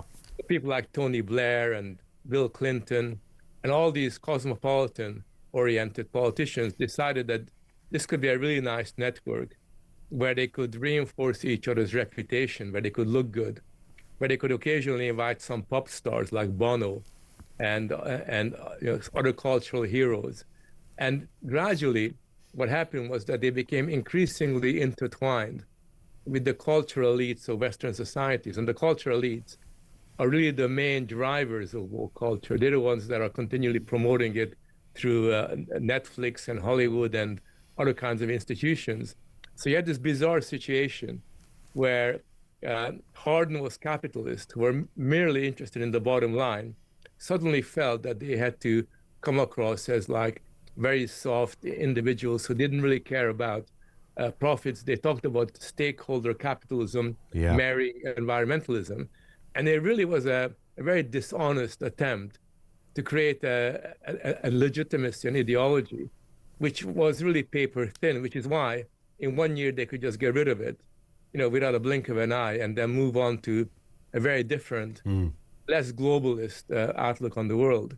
Which is what, when we started to see companies, I've forgotten the acronym now, but they would have this social conscience that they suddenly had. We don't just make, I don't know, poisonous gases. We actually have a social conscience, so we care about, as you say, the environment and all these other elements. That's right. They kind of really basically said that it's very important for there to be social justice in the company, equality, positive discrimination. They took on board every single woke issue. So when Black Lives Matter, they were with them. They were in. When you had the Me Too movement, you had a situation where you had 10 women lining up at the conference. All of them given sort of these kind of decorative positions to demonstrate just how feminist they were. So it was a really self-conscious show that worked for a while, because the media was complicit in promoting it. If the media didn't buy into it, nobody would have heard of Davos. Absolutely, that's absolutely true. Of course, one of the reasons why a lot of people have heard of Davos, of course, is the "you will own nothing and be happy" line. Now, I'm slightly defensive in the sense that, it wasn't the WEF that said that. It was a politician, I think she was Danish, who said it when asked to predict the future. We'll live in a subscription culture. But it didn't do anything for the tinfoil hat department, did it, Frank? Because it's almost that phrase single-handedly is the thing responsible for believing that Klaus is the puppet master of every Western leader on the planet. That's right. I mean, essentially, he's just simply a greedy businessman. That's it. And he's out to make as much money as possible, like many businessmen are.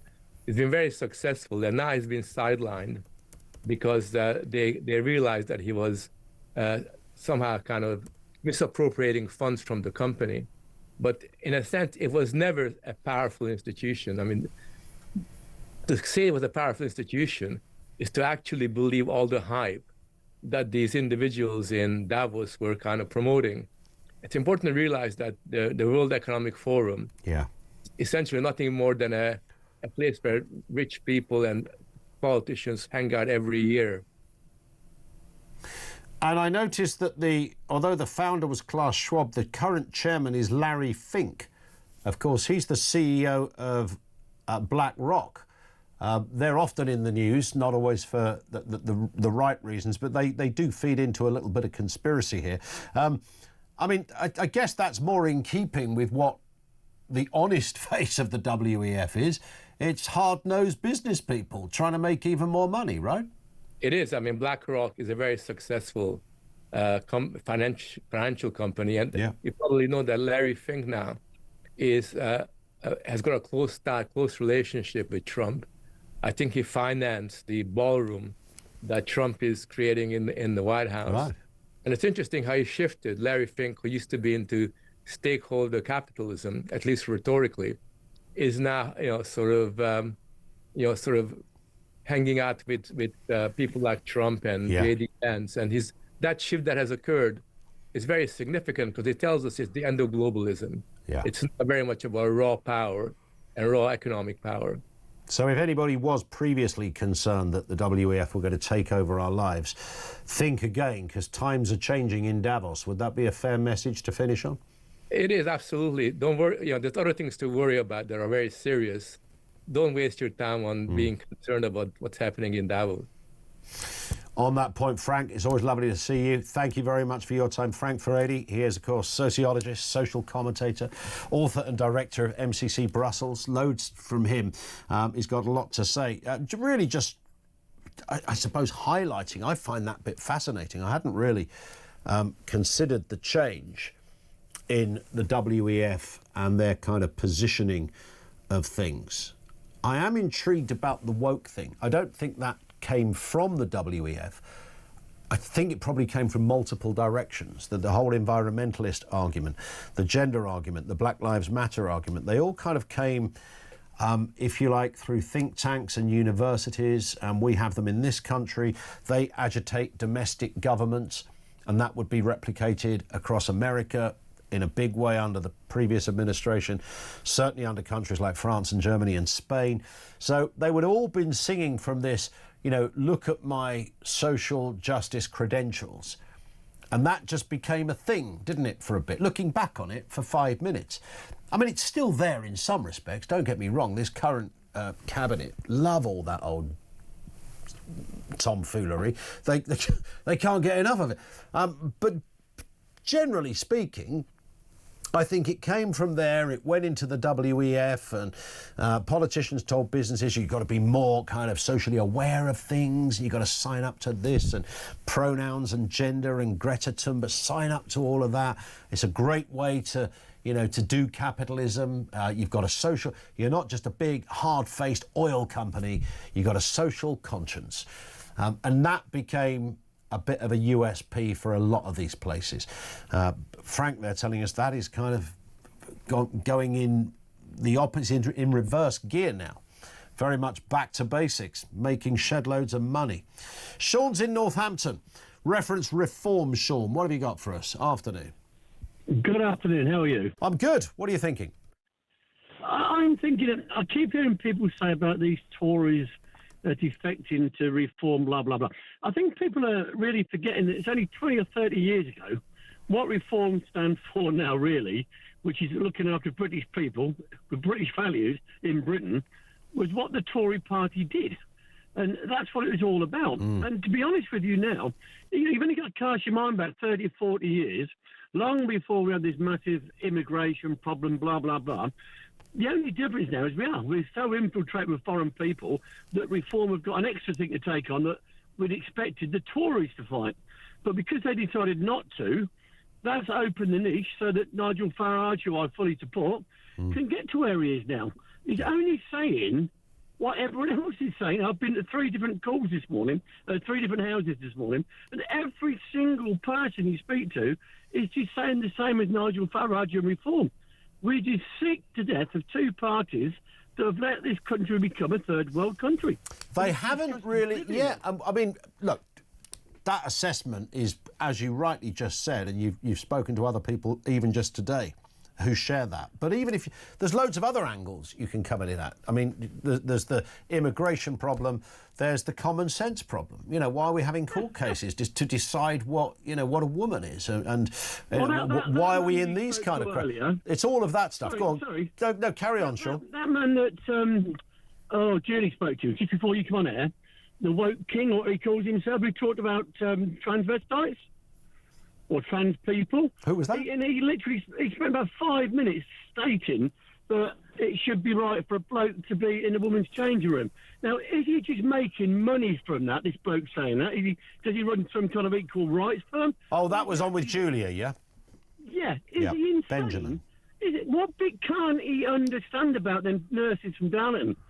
The man's a complete idiot. Why isn't he given a platform? Well, I mean, he has other views, I guess, other than that, on that specific. You're absolutely right. I mean, it's not even hard to understand, but it's that kind of, all that did, that gender stuff, it just sort of, as the left ran out of ammunition, I sense, in so many ways, they kind of jumped on that. Because if you're, you know, if you're a left-wing thinker, you have to always have an enemy. You can't succeed. Your entire ideology only functions because you believe you have a superior belief system to others.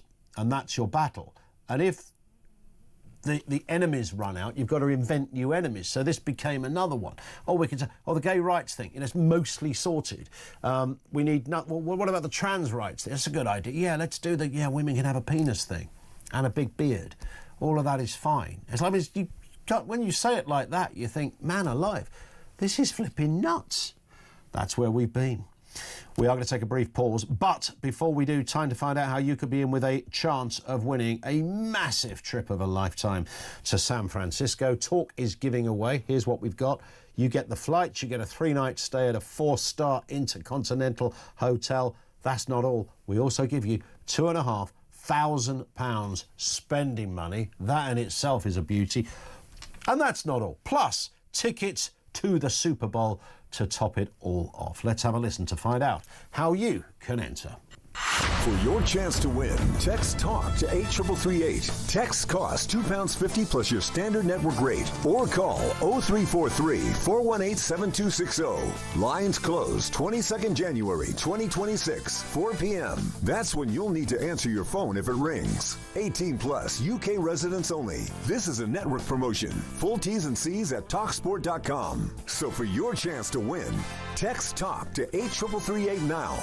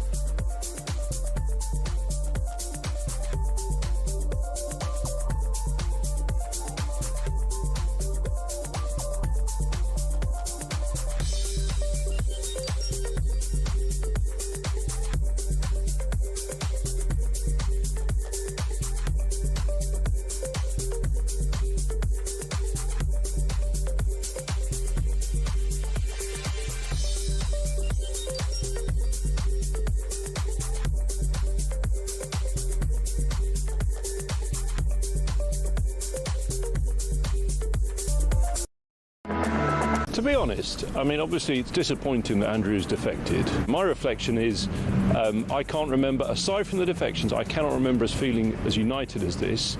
If people wish to leave, they leave. But in terms of our party in Parliament, I think ultimately we'll be stronger from this, we'll be more united. Because at the end of the day, and you know, we've discussed this many times on your show, we do have a very weak Prime Minister who sort of U-turns every 5 minutes. There needs to be an alternative, and it has to be credible.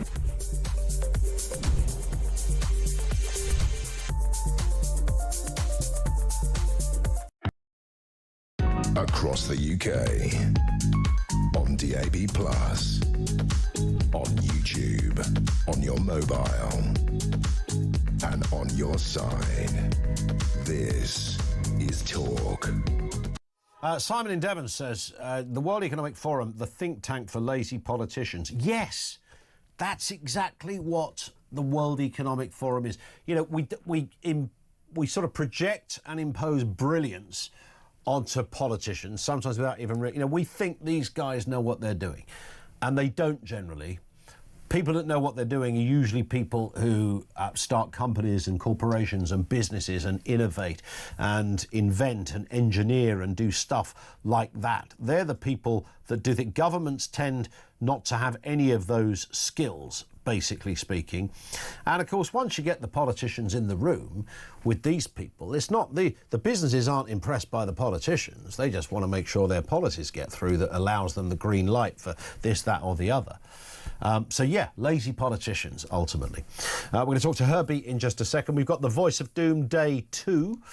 Even I don't know who this is, by the way. It's a mystery voice, but it's political. Could be male, female, dead or alive, young, old, left wing, right wing, whatever. You decide. Very simple question. Who is this? We're responding to that. Oh, I think I had it there. Let's hear it again. We're responding to that. It's the last word, that, where I think the giveaway is, but I don't know who it is. But if you do, 87222, have another listen. We're responding to that. It's ringing bells. I don't know, but do you? If you think you do, 87222. And if we get a correct answer, we'll tell you who it is after the news at 3. One more time. We're responding to that. 87222. Back to your calls. Herbie in Harrow. What do you got, Herbie? Oh, good afternoon, Ian. What have I got? Well, I hope that the defectors from Conservatives to Reform are in horse, because that would be a big worry. You hope they're not what, did you say, Herbie? Sorry, your line cut out at the crucial moment. I said I hope they aren't the Trojan horse. Trojan horse, OK. Yep, I really do, because what Reform needs, they need not only from the supporters and the people that have joined the Reform, they need the members to back Nigel all the way. We need a new government, we need a new party, and the only way we're going to achieve that is by them supporting Nigel all the way through. If Nigel doesn't perform and Reform doesn't perform, we sack him and get rid of him and we start all over again. Yeah. But we've got to give him and the party a chance to show what they can do. That's very important. That is very important. There seems to be, a lot of suggestion that one of the things that stops some people crossing is they don't really like Nigel Farage. Does that matter? No. Look, Nigel's there because the people him and supporting him. His supporters, the members, want Nigel there. He's the only man that speaks the truth about what needs to be done. He's quite bold to say it and how he sees it, whereas the others don't. Look, we can't all be number one. Somebody's got to lead the party, and Nigel's the one that's been selected and elected to do so. Let him achieve that. Yeah. Give him a chance. Well, that chance is going to be realised to some degree, I guess, Herbie, in May with these local elections, Wales, Scotland, mayoralties, goodness knows what else. I mean, this could be the seismic moment, the tipping point. Yeah, only where they're held, though, Ian. Come on, we've lost it again, That's very true, yeah. That's we have lost 4 million votes there and counting. Well, yeah. Yeah, it's undemocratic of what they're doing. I mean, we don't know if he might even cancel a general election if he gets that far. The thing is, though, Ian, we've got to show it's time for change. We're sick to death of the same two parties. This is why they're with them, because they can't get anywhere. The fighting's got to stop. If you're going to keep on fighting, we might as well go home and say, well, let the world just carry on the way it is. Madness. Indeed. Madness is the right word. Herbie, thank you very much indeed. And I know there's that thing that somebody brought up earlier that you can't just show all your colours and all your policy, but I do think at some point, we talk about reform, they're going to deal with it, they're going to deal with it, they're going to deal with it. We'll turn the boats around, we'll find a way to... We won't have hotels. They will be left with the world's greatest nightmare on day one. They will have to show... literally in Janet and John steps how they will deal with that. Not just the boats, but all the other stuff as well. And that's key to what they've promised. Can they come up with it? Loads more comment from you on Greenland. Loads more comment on are the Reform Party becoming Tory 2.0? And if they are, does it actually matter? The World Economic Forum, calm down at the back. There's nothing to see here. Everything's good again. And, of course, crucially, we have the mystery voice, the voice of doom. Who is this? We're responding to that. If you think you know, 87222. Let's get the news at 3.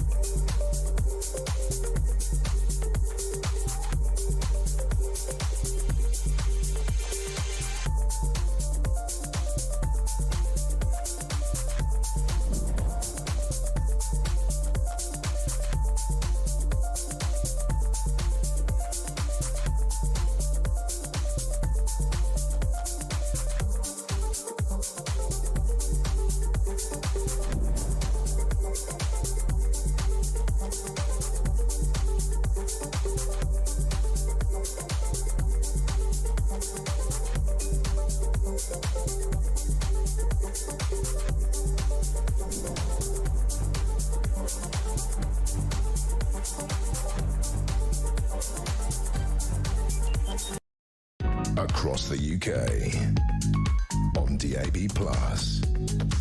on YouTube, on your mobile, and on your side. This is Talk.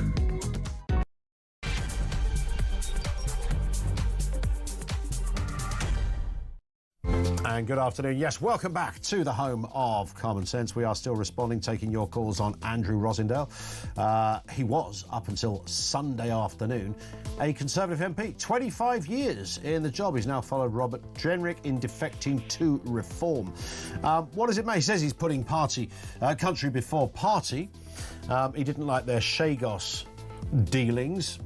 Not that it was the Tories that did it. I assume their lack of response might have been his thinking. But he's now gone over to Reform. Reform have now set a deadline on Tory MPs crossing the floor. They've got until May to join. If not, no more after that, says Nigel Farage. But are Reform becoming Tory 2.0? And if they are, does it actually matter? Lines are open on that. We're also talking Donald Trump and Greenland. Mr. Trump has said he was partly motivated by being snubbed for the Nobel Peace Prize. Mr. Trump told the Prime Minister of Norway in a letter that because he didn't receive the award, he no longer feels an obligation to think purely of peace and will consider now what is good and proper for the United States of America. But is it okay for the American president to just take Greenland? And police in Britain's first Big Brother town are catching criminals at a rapid rate of knots. Every 34 minutes, spotting subjects. Some have been on the run for 20 years. How did they do it? Facial recognition, kids. It's back, and it's doing a right old number down there in one town. We'll get the details in a few moments. Everything you need to know, all the breaking news right here on Talk. 0344 499 1000. Paul in 5 says, Ian, didn't we leave the European Union? I get it that Denmark is a fellow member of NATO, but what exactly do we get out of Denmark compared to the benefits of being a special ally of the USA? Why are Starmer and co getting their knickers in a twist about Greenland? He has given away the Chagos Islands without blinking, so why is Greenland so special? Trump isn't going to invade and lock up Greenlanders. If anything, they will reap the benefits of being part of the USA. Denmark will receive massive reparations. It's a win-win. Part of that, it's about being European, not EU, and NATO. So there's the kind of two factors in this. We're a European country. We can decide for ourselves whether we see that as something we wear with a badge of honour. In the continent of North America, they're very, very patriotic about being North American. South Americans like being South Americans. I think if you're from Paraguay or Uruguay, you probably put your country before your continent. You take the point. So that, I think, is the thinking. But I hear you, Paul. Thank you very much indeed for that.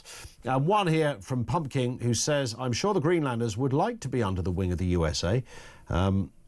Even us in England would rather be part of the USA than Europe. Well, it's often felt. I don't know about part of the... I don't know if I want to change my continent. I'm kind of mostly all right with that, but I think like most people, how often do you think about the continent you're part of? When people say I'm proud to be European, I don't really know what that means. And I don't actually believe anyone else does either. That would be a debate for another day. And this story, a hotel migrant who fled to Britain after sexually assaulting a schoolgirl in Germany is fighting deportation on human rights grounds while facing the threat of imprisonment in Germany. The migrant crossed the channel by boat. Let's speak to Maria Baltel, Pink Lady and spokeswoman for Restore Britain. Maria, nice to speak again. How are you doing? I'm really well, thank you very much. How are you, Ian? I'm good, thank you. This is one of those stories. The headline I just read out there, I mean, quite literally encapsulates in every word and sentence the problem we are dealing with. Yeah. Literally right there. I mean, there it is. If you like, the Premier League example of the problem. Well, it just makes us look like fools. It almost feels a bit like a sick joke. If you look and read the actual story as well, he's got driving without a licence, his involvement with drugs. His wife, I think it says they got married in Nigeria in part of one of the articles I've read. So this man has travelled around the world committed a crime in Germany where he was granted asylum, and then he's run away here and claiming his human rights are at risk. Well, sending him back to Germany to face the judgment that's already been placed on him is not against his human rights. If anything, it's the rights of these victims to make sure he faces justice. And as for his wife, and I think pregnant or child, they can go with him. And they're entitled to benefits in Germany. She shouldn't be here either. Neither should the kid. But no politician will ever... we're never going to hear Keir Starmer stand up and say, I just read this story. It's absolutely bloody outrageous. No one in this family is meant to be in this country. They will be returned by 6 p.m. this evening. We never hear that, but that's what we need to hear. It is. Well, it just takes a bit of a backbone and common sense. I know I heard a previous caller was talking about how Nigel's going to solve everything, but I agree with you, Ian. They need a concrete plan, a step-by-step to Jane and John. This is how we're going to do it. And I'm not seeing that from Reform at all. And I think any government that wants to be, or any parliamentarian who wants to be the PM, needs to have more backbone at this point and say, this is how I'm going to do it, and there will be a straight line in the sand and a very deep one. Yeah. These people don't belong here. And again, the problem with this story is that this is likely to be, we could be sitting here in a year's time, Maria, and the lawyers are still arguing this case. At our expense as well. So these lawyers will be paid by taxpayers' funded money while they live in a hotel which is funded by taxpayers, where they may have more children funded by taxpayers. They'll be fed and watered by taxpayers. There is absolutely no justification when the population has repeatedly voted against high immigration, let alone illegal immigration being a problem. They don't want it. And they say, no, we don't want to pay for this with our tax money. And the government continuously are allowing people to absolutely take the Michael of our system and our generosity. And people are getting very impatient with the government over it. And when stories like this come out, it just makes people angrier. And then they blame people for getting angry. Or actually, maybe you should start solving some of the problems, because it's just farcical. Correct. And of course, just for clarity, it's not just about people who come across a boat on a channel. Some arrive on an aeroplane. In fact, there's an American asylum seeker who's living in this country, who's living off the welfare system. He's fled Las Vegas. His claim has been rejected. He came over here claiming that he was being discriminated against for being black, Jewish and Mormon. I don't know how you can be Jewish and Mormon, but that's another story. I can't imagine that anybody could really tick all of those boxes of discrimination with any level of authenticity. But that was his case.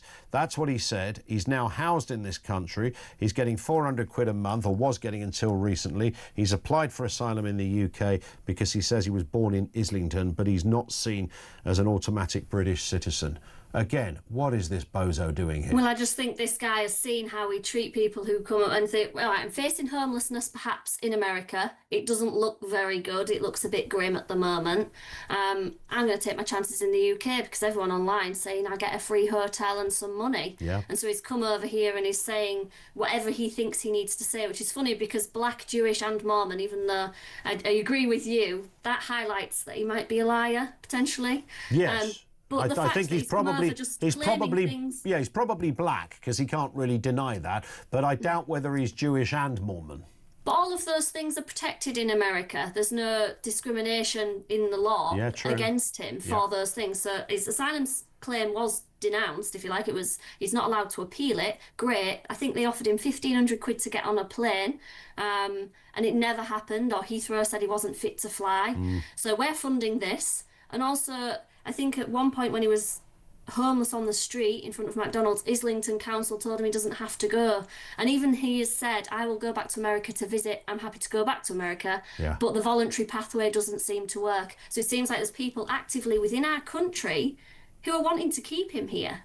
That are saying, no, it's okay, we'll look after you. You don't have to go, is the impression I'm getting from this story. Because for all accounts, it seems like he's been denied, he's realised the gig's up, he's decided to go home, and now he can't even get home. And now he potentially is going to suffer from, slavery within this country because he can't get a job because he's had his asylum seeker denied. Absolutely. So he's at more risk here than if he just got on a plane back to America. You see, it's all part of the wonderful upside-down Alice in Wonderland world we are living in. Maria, thank you again. Great to see you. That's Maria Boutel, who is one of the Pink Ladies' spokeswoman for Restore Britain. Thank you to her. More comment coming in. Just Me says, this is reference, it connects to this story, but Daniel in Epsom, who called us before the news. Just Me says, listening to Daniel regarding millions will be deported, you and I both know that will never happen. As much as I would love it to happen, logically, I'm afraid to say, Britain and indeed the England I once knew has gone. And that, of course, is the big pledge, really, from reform, isn't it? That you get that back. You somehow get it back with common sense policies, no messing around with a sex offender who's come over on a boat from Germany. None of that. These people gone. And it's that strict level. You can have a compassionate immigration policy. You only want to get rid of the wrong uns, and wrong means you're illegal. Everybody wants to help somebody who's in trouble. See Ukraine and our response to that for details. Nobody supports otherwise. But the wrong uns, who may, not suggesting that this guy might have been a sex offender, and that's very, very bad. I'm not even suggesting that all of them, or even most of them, are sex offenders. We all know, logically, statistically, that isn't the case. It's still not the point. But will a government ever say, right, from Friday afternoon, I'm sorry, we're not going to send the ice boys around. It's not going to be like that. But we are going to get absolutely strict. Will reform seriously deport 1 million or 2 million people? I don't imagine for 1 second that is likely to happen. We'll do the voice of doom in a moment, but Richard in London first on reform. What are you thinking, Richard? Hi. Well, firstly, Ian, your point last week again is very sensible. A country that's lost its mind. I mean, I think we're going to keep on going back to this statement because I think, and if you look at the president's actions, I mean, goodness me, I mean, this man's only been in the job a year, really, and I mean, he there's a new kind of outrage every week. It's sort of Venezuela and it's Greenland, and he's actually got the brass neck to say, "Oh well, I'm going for Greenland because you guys didn't give me a Nobel Prize." I mean, it's almost like something out of Nero or Caligula, but it's happening in real life. But to go back to Britain and reform, I mean, it's the press conference with Jenrick last week. I mean, it was surreal. Thank heavens, Camilla Tominey had the cojones to say, well, clearly you do have Mr. Jenrick, you do have the power to mislead people because you've obviously been doing it over the last few months. Yeah. Or because she'd asked him directly, hadn't she? She did. I mean, his response to that question was, well, why should I tell you what my plan is? I don't owe you that. Well, I mean, Ian, these are the guys that are saying they're going to make a complete difference over 14. I mean, it's. If Robert Jenrick, here's a question just on Jenrick himself. If Robert Jenrick had become leader of the Tory party when he had the battle with Kemi Badenoch, would he have resigned last week and joined Reform? Oh no. I mean, he wouldn't have done because he's a very ambitious man, and I think you can.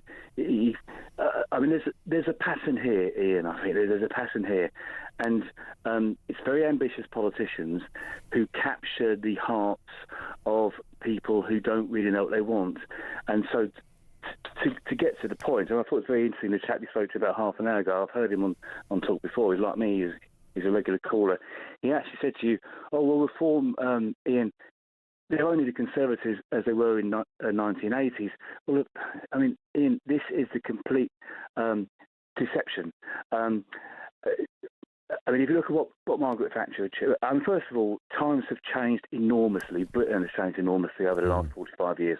But if you just take the example of Thatcher, she actually controlled immigration. She effectively ended primary immigration, which means heads of households, and it was down to about 40,000 in the early late 1980s, early 1990s.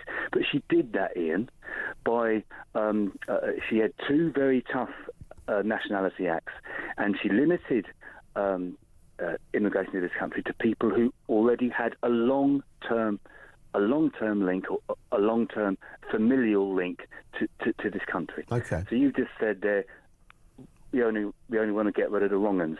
Thatcher's policy was no, basically. I mean, I think people forget she was actually she was a follower of Enoch Powell in the 1960s. And her policies weren't as different to his. Her immigration policy, yes, she stopped immigration from, basically, she stopped immigration from, as it then was, the Commonwealth.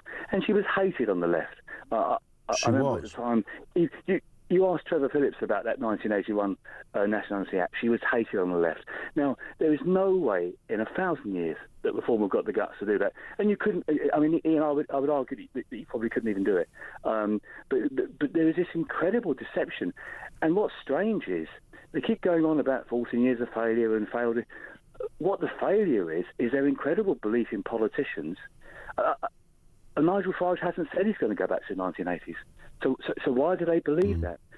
And of course they're not going to deport 1 million people.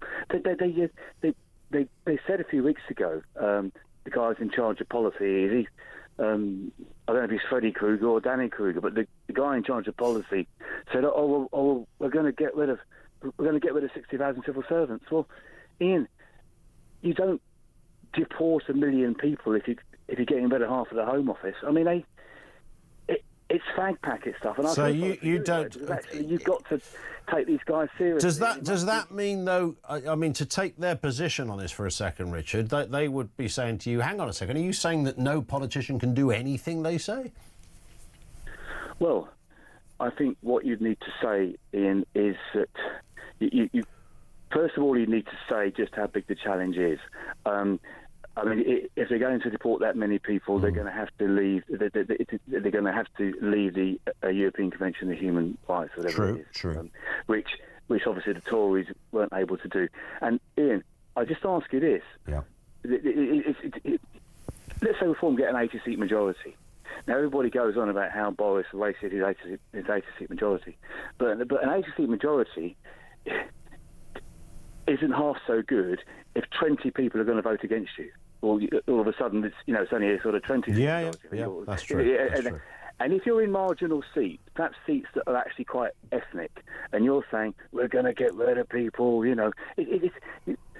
those MPs, those newly elected Reform MPs, they'll be just as scared of losing their jobs as many of Rishi Sunak's MPs were, and they'll be saying, "Oh no, hold on," and this is the problem, Ian. I'm not saying it's impossible. No, it's either going to be, and again, we're 3.5 years away, although, what happens in May is quite, will be telling, more than telling, it'll be hugely relevant for the direction of travel. It'll be the booster rocket moment, the tipping point, if you like.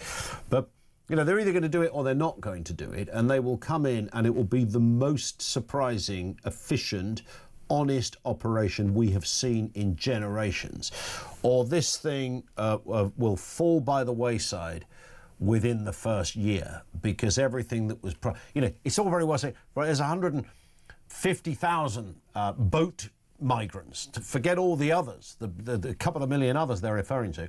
Where are you going to send all those people? So there's that, okay? Where do you literally send all those people? Obvious question. That's the sort of thing we want answers to. I've got to move, Richard, just because we've well overshot the clock, but thank you very much for that. 0344 499 1000. Let's do the voice of doom then. It's day 2. Have we got a winner? Let's have a listen to the voice. We're responding to that. Can we hear that again, please? We're responding to that. We're responding to that. Who is that? These are some of the guesses. We've had Dennis Heatley. Get out of here. No, Grant Shapps, it is not. George Osborne. There was a bit of Osborne-esque feel to it. Peter Kyle, no. Darren Jones, no. Chris Grayling, it was not. Dominic Raab, no. Lee Barron, no. Jeremy Hunt, no. But we have got a right answer. Nick in Pimlico correctly identifies that it was Danny Alexander. Do you remember him? He was part of, they called them the Fab Four, didn't they? It was David Cameron, Nick Clegg, George Osborne and Danny Alexander. Danny Alexander was Chief Secretary to the Treasury, and it was that quad, that four, that ran everything in the coalition. He's now a banker, which is interesting because they often refer to him as that even when he wasn't, which is kind of fascinating. Which is sort of fascinating. Danny Alexander is the man. And I think the bit that got a lot of people in that clip, can we hear it again? We're responding to that. Danny's Scottish, of course.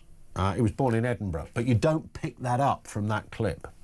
I think that's probably through a few people, which means we've got a brand new one tomorrow. Stand by for that. 22 minutes after 3, this is Talk.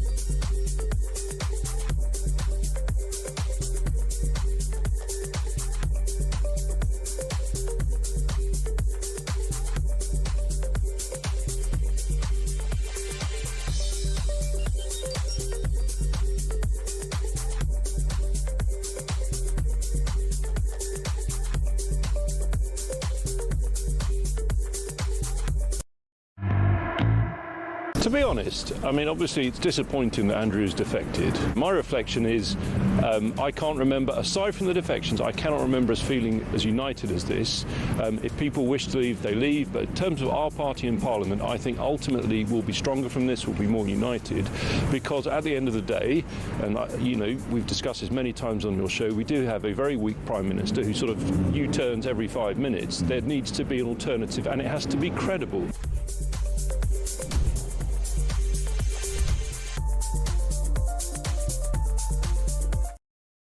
Across the UK, on DAB+, on YouTube, on your mobile, and on your side.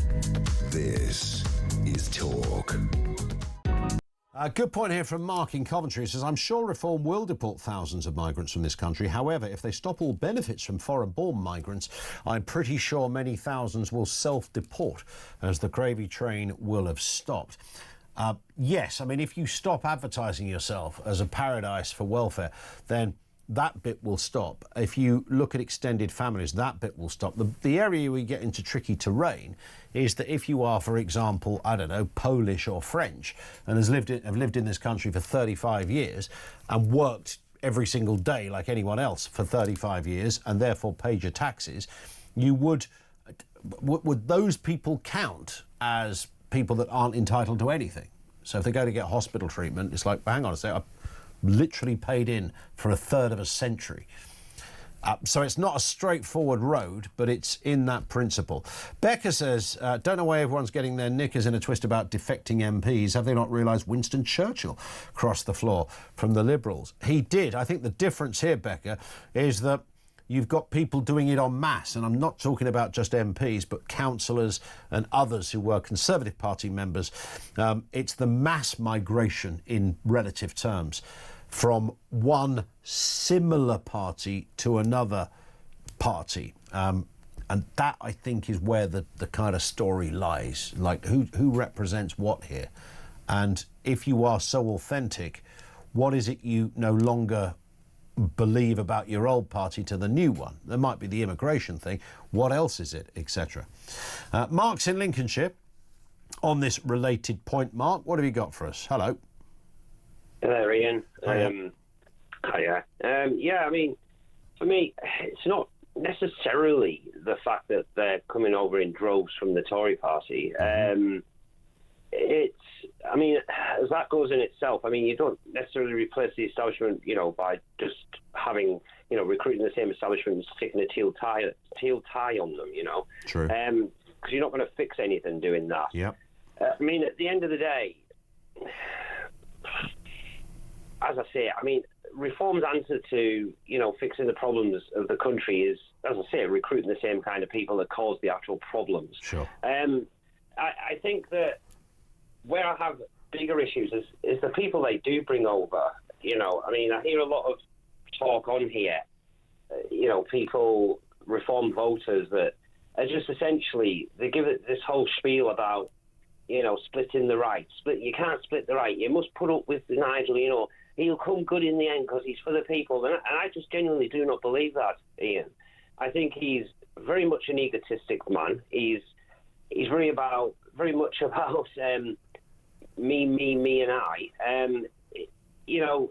The guy that he's just brought in, or one of the guys he's just brought in, Genrick, I mean, this is a guy who apparently everybody's so happy that he's come to reform. I couldn't be any more disappointed, to be honest. I mean, I'm disappointed, but I'm not surprised, because this is just where, as I say, the party seems to have gone as far as I'm concerned. Genrick, I mean, this is a guy that wrote for the Telegraph, for goodness sakes, titled Resettlement of Afghans is a National Project. This is the same guy who apparently now, he's well on board with the reform policy. But the reform policy, who these same voters seem to think Reform are a right-wing party, and they're not. They're a centrist party.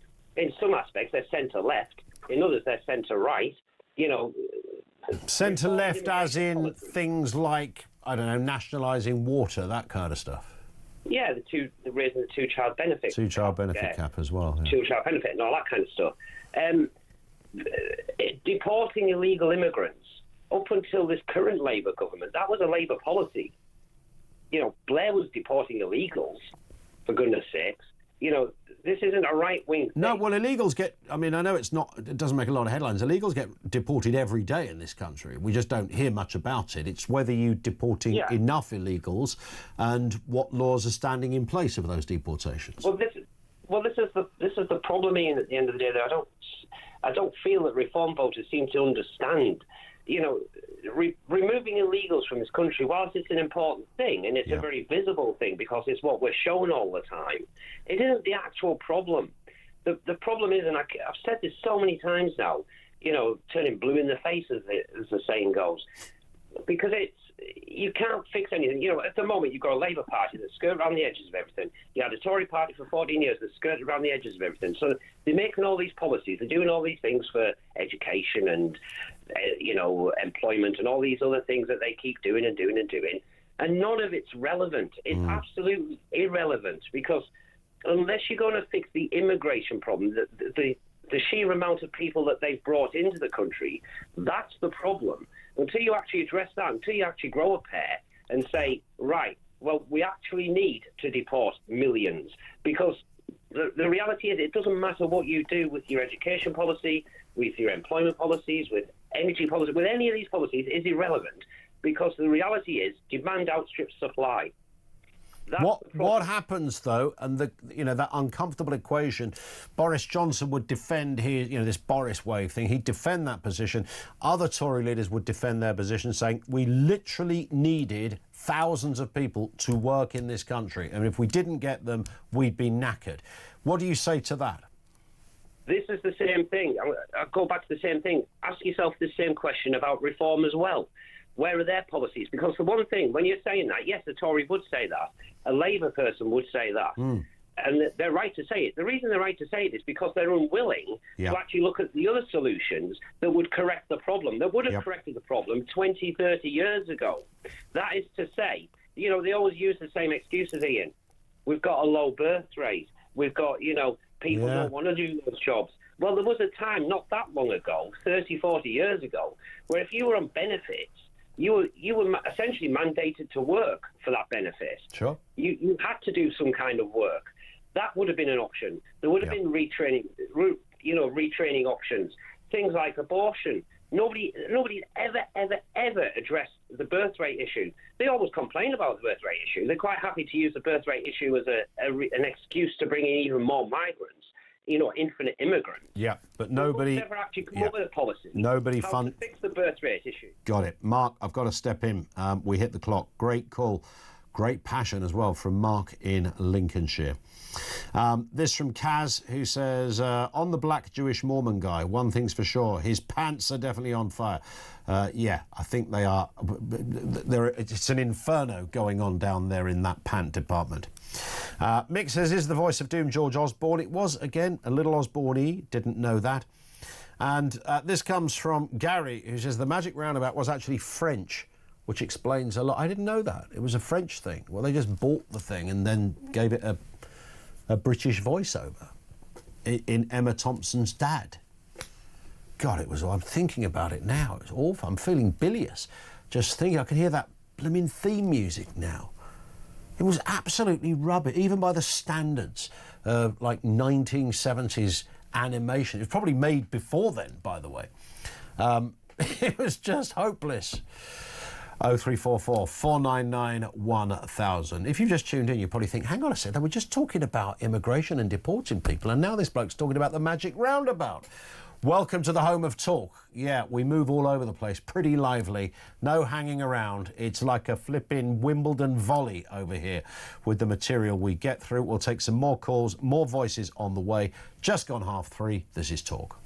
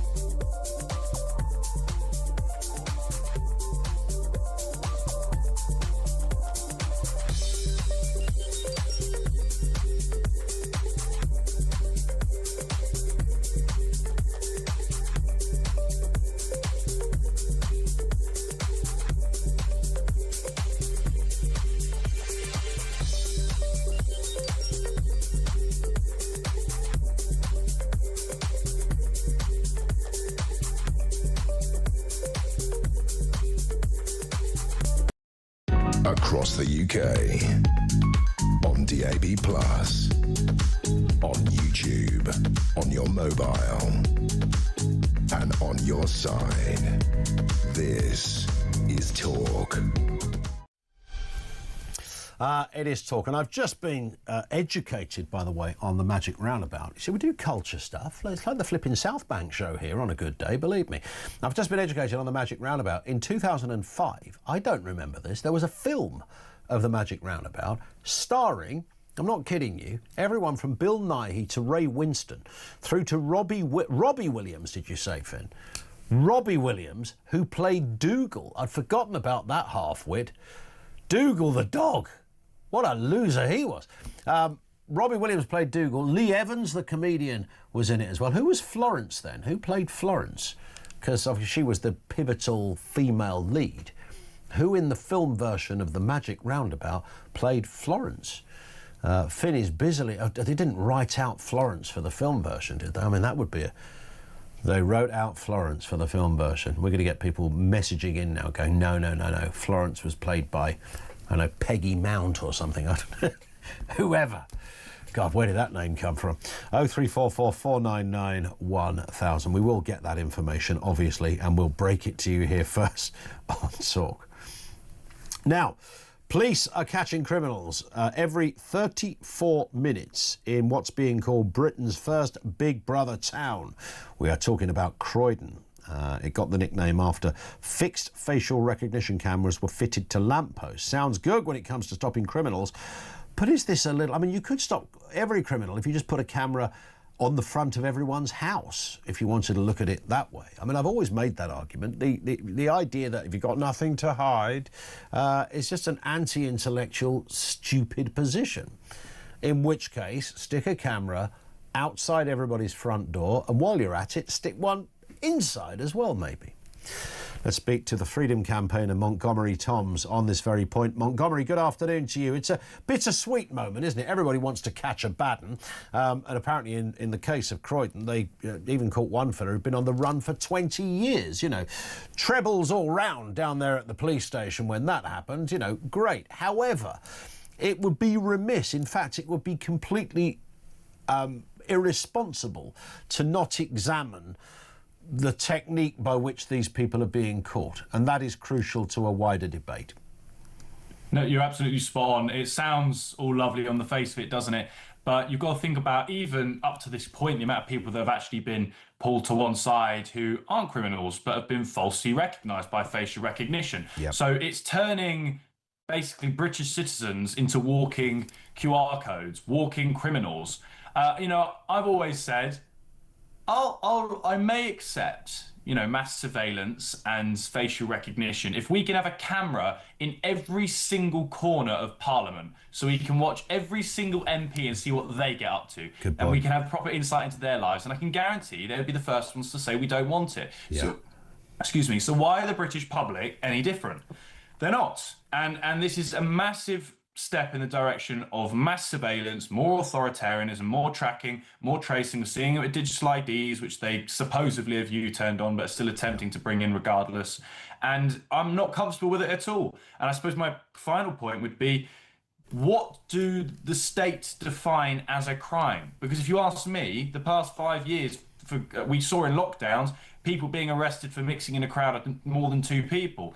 I think that's ludicrous. I think that's outrageous. I think that's an unlawful arrest. So what does the state deem as a criminal these days? Is it because you post hurty words online? Does that deem you as a criminal? Is facial recognition going to pick you up because of a non-crime hate incident, though they've been thrown out? But nevertheless, historically, we've got culture in this country now of attacks on free speech. I don't trust the state. It's Orwellian. As I said, treats us like we're criminals, and it's anti-British, fundamentally anti-British. What do you say? I mean, there is an argument that you and I are just conspiratorial Luddites. We can't get with the programme, Montgomery. We're not up to date with what the kids are doing these days. You know, it's the way forward. We live in a digital world. We've got to... Years and years ago, somebody said to me, I'd never ever thought about this before, but when they first started introducing addresses to people's homes, which I'd never considered at some point must have been a process. Apparently there was a bit of an uproar about that. You know, how dare you database where I live? It was seen as an infringement of liberty, etc. And of course the list goes on, from passports to fingerprints, God knows what else.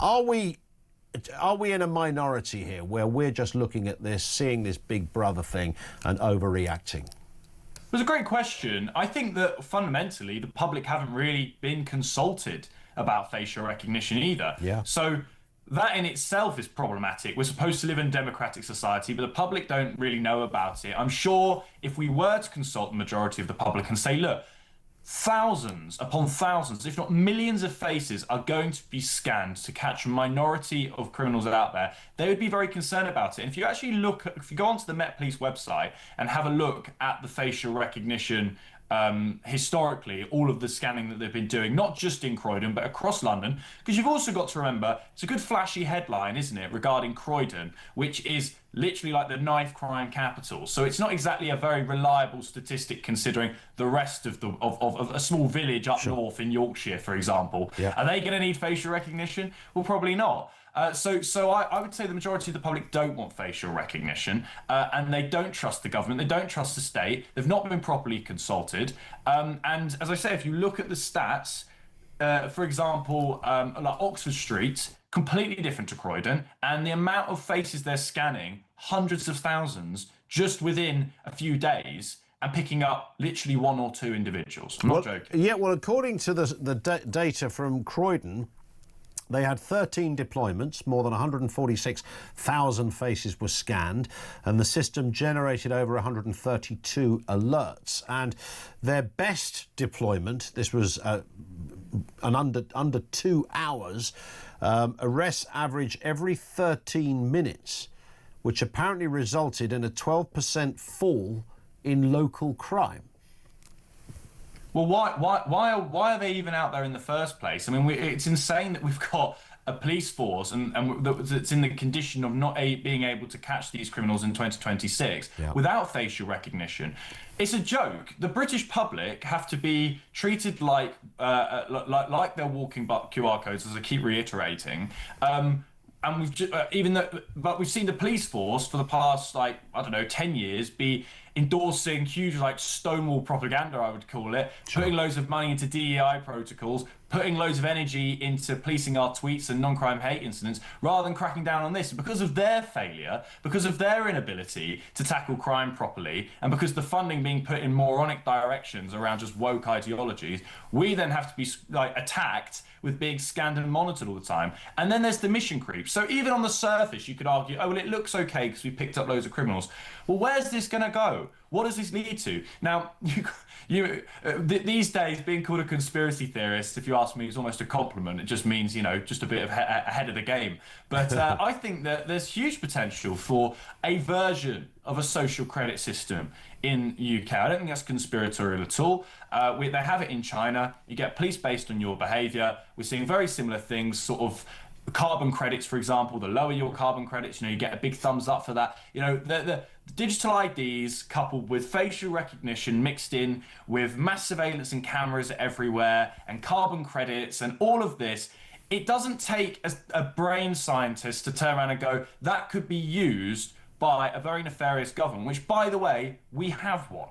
He's called Keir Starmer, and he's an evil, authoritarian, globalist technocrat who will use anything in his power to crack down on common sense and free speech. So no, I don't want it. I don't trust it. You could list me, at length, huge amounts of criminals that you're picking up, and I would say they shouldn't be out there in the first place. You should have got them originally. Stop putting your energy into policing our speech and hate speech and all that nonsense. Get rid of facial recognition and leave us alone. British individuals. There are absolutely so many other ways to come at this, and nipping things in the bud before you ever get to the need of a certain facial recognition would be, clearly an obvious way to start. Listen, Montgomery, great stuff. Thank you. Really appreciate your time. Montgomery Toms, the Freedom Campaigner, with us on the programme. 0344 499 1000. We found Florence, by the way, in the film version 2005 of The Magic Roundabout. Florence was actually voiced by Kylie Minogue. Well, that's the wackiest cast you ever saw, isn't it? If you went to see, I don't know, if you went to the West End and said, oh, darling, we're going to see The Mousetrap this evening, and they said, oh, The Mousetrap starring Ray Winston, Lee Evans and Kylie Minogue, you'd go, what? That's flipping mental. Kylie Minogue was Florence. Who directed it? There you go. There's the next challenge for Finn. Who directed the film version of Magic Roundabout, which I had no idea even existed until we somehow, I don't even remember how we got talking about the Magic Roundabout. These things often come up as a kind of side dish, a little thread that forms throughout the course of the programme. Who directed it and who wrote it? Dave Borthwick directed it. Did he write it as well? Jean Duval. That will be from the French original. I don't know. There's loads of writers apparently on it, I'm being told. We won't list them, don't worry. IMDb it if you need to. Grace is down there in Ealing. Grace, how you doing? I'm very blessed, thank you. How are you? Good, I'm all right. You're a hardline reform supporter, so what are you making of recent events? I don't feel that I'm particularly tied to any specific party, and I think that the idea of kind of left and right has been very much thrown up in the air in recent years. So True. It's good to listen to opinions from all over the place. And when I spoke to Farage on a variety of occasions, he was fairly amiable and good to talk to. But one of the things that sticks out to me about reform is that, in contrast to the idea that they're just a rebranding of the Tory party, they seem to be blaming immigration for pretty much everything. And I think that though immigration is clearly a problem in some respects, it's not the reason for everything that's going wrong. And when they talk about the country being broken, I think there's a bit of a point in that, but I don't think it's mainly because of people coming in. I think that as a country we're losing some of our values, and I'm afraid I thought that Jenrick just flat out lying to the Tory whip when he was asked if he was about to defect kind of illustrates that to me. And I was interested to hear that clip of Farage saying never trust a Tory. I feel like as a society more broadly we've lost some of the values that we did have about honesty and selflessness. So many problems that come up in the country, like doctors who are going to earn far more than the average person in their lifetime, striking, and shoplifting. Loads of the problems in our country, I think, come down actually to selfishness and self-centeredness rather than just migration. Do we not need to, you know, I constantly, and I'm not the only one, but I constantly kind of use this word recalibrating the entire political system.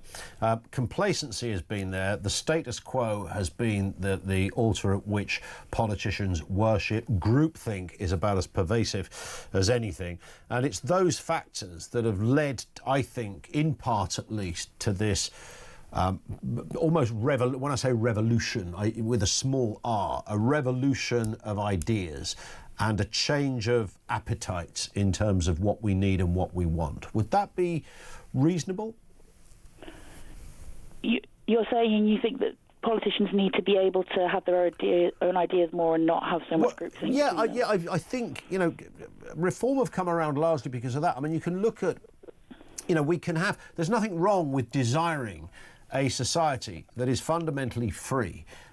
It is small state, power to the citizen, but it does have a very strict policy on criminality in the same way that if you go, I don't know, it used to be that if, you know, you defaced a picture of the king in Thailand, the police came and got you and shot you in the ear hole by about 6 o'clock. You know, you couldn't do that. If you go to North Korea on a day trip and start shouting the Kim Jong-un is a XYZ, you'd end up in a torture chamber. Now, I'm not suggesting we go that far, but illegally coming to this country should be about as taboo as it gets. Is there anything wrong with that position in saying, oh yeah, the United Kingdom, it's, you know, when you Wikipedia, if you live in France or live in Spain or Singapore, wherever, and you Wikipedia United Kingdom, it will say it has the strictest immigration policy on planet Earth, and anyone who tries to circumnavigate it will find themselves either in jail doing 30 years or immediately back on a plane. Why is that fundamentally bad and immoral? Well, I wouldn't necessarily bring up the word immoral because I feel like we've all got such different interpretations of morality, and that's part of the problem. Yeah. I would say that... Mine is the right one, by the way, just so you know. I would say that with immigration, people on both sides of the political spectrum want to kind of lump everyone together, it often seems. And so some people will say, well, they're all refugees in desperate need, and some other people will say, no, none of them are refugees in desperate need. In reality, human beings are really complicated, and there are some people who have a good case and other people who don't. Yep. So I think we need to kind of stop oversimplifying it. But even if there were no migration, I think we'd still have problems because we've lost some of our fundamental values. And the Reform Party have referred to getting back to Christian values, but they haven't demonstrated any evidence of Christian values. I mean, Danny Kruger talked last year in the Commons about how our country has these fundamental Christian values, which is why we don't have people being shot as might happen in other countries, like you said. True. We understand that human beings are, dignified and valuable. And when Farage gave his little speech at the beginning of the year, he referenced ending the slave trade, and that is one of the great things that our country has done. But I feel like now it's kind of moving away from these fundamental ideas of respecting human beings and not just always putting ourselves first. It seems like Reform want to only put themselves or British people first and not have compassion for human beings more broadly. And if we lose that, then we're heading in a dark direction. I hear what you're saying, but I think they would argue that the left, if that is kind of the way to phrase it, don't have the monopoly on compassion. And you mentioned, defining morality is really tricky.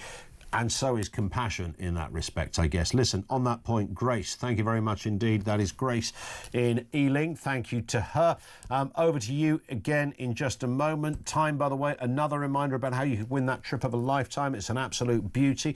It's to San Francisco. It's a stunning trip, giving away flights, 3-night stay at the 4-star Intercontinental Hotel, £2,500 spending money, plus tickets to the Super Bowl. What's not to like? Let's have a listen as to how you can enter. For your chance to win, text TALK to 83338. Text costs £2.50 plus your standard network rate. Or call 0343 418 7260. Lines close 22nd January 2026, 4 p.m. That's when you'll need to answer your phone if it rings. 18 plus, UK residents only. This is a network promotion. Full T's and C's at TalkSport.com. So for your chance to win, text TALK to 83338 now.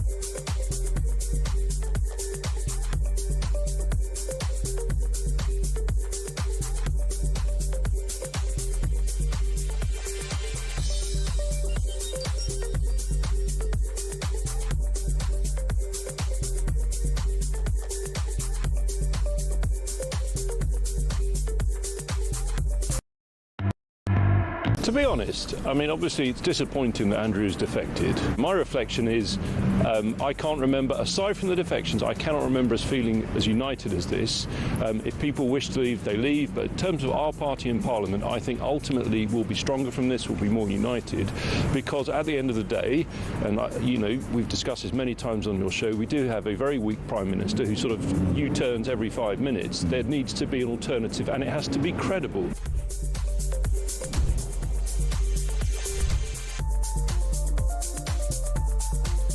The problem with the Tory party is that a third of the Tory party basically should be in the Lib Dems.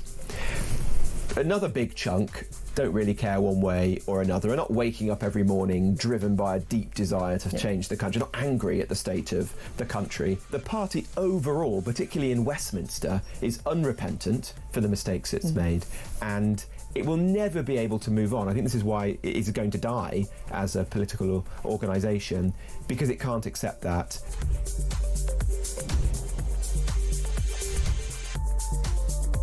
That's water cooler chat. It's so like, oh, I'm doing dry January. It's just like, go have a drink. Come on. What I think about dry January, I don't like any of this puritanical stuff. And if you're going to spend a month not drinking, why choose the most depressing month of the year? I mean, January is a month when you feel like a drink and you're going to have a drink. So would I ever consider doing... Across the UK, on DAB+, on YouTube, on your mobile, and on your side, this is Talk. It is Talk. 0344 499 1000.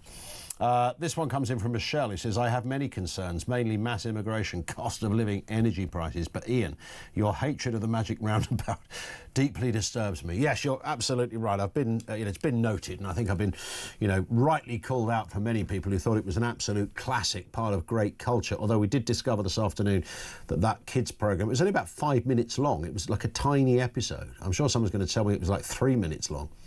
I don't remember loads about it, other than it was just really boring. But apparently it was French.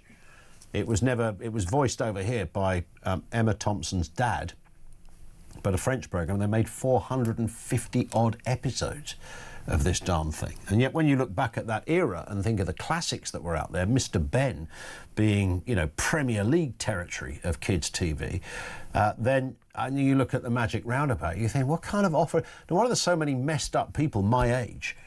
That's why I blame Dougal. Let's go to Kevin in Dorset. Kevin, how you doing? I'm fine, thank you. Good. So I'm just laughing at Dougal. Yeah, I know. It's strange how we do these gear changes, isn't it? We've gone from Dougal to the World Economic Forum. Yes, well, I could definitely go on that one. So 2 subjects, World Economic Forum and Conservative 2.0. Yeah. So I'd start off with World Economic Forum. Go on. go back to a very early statement of the Prime Minister when he was asked, which do you prefer, Westminster or Davos?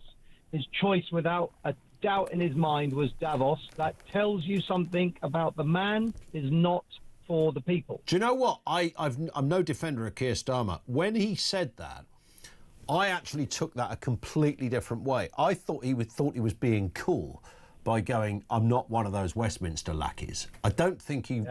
I mean, I might be wrong, you might be right. But either way, yeah, looking back on it, it's not a good answer, right? I'd rather be somewhere else than here. You'll see why when I uncover this next bit. So we look at the top, Schwab's. Yep. We look at one of his minions, but very high up, which is Anari.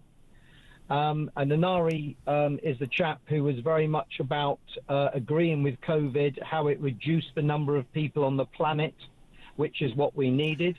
All that goes together. Did anybody ever really say that? I've heard that attributed to Bill Gates. What we need... Yes, Gates as well. No, he never said it. Gates never said it. He talked about depopulation, and depopulation... That's right, he did. No, but that's not what depopulation is.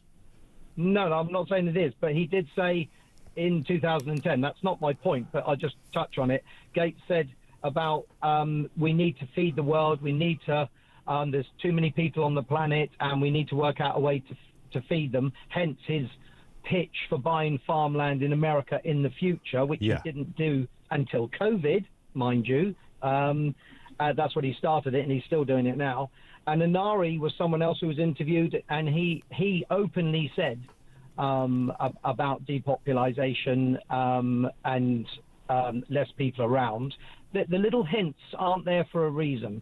Schwab's did make a speech, and I've watched it. It was ages ago. Yeah. So he started off in 1976 when he started the World Economic Forum. Gates, Merkel, I believe,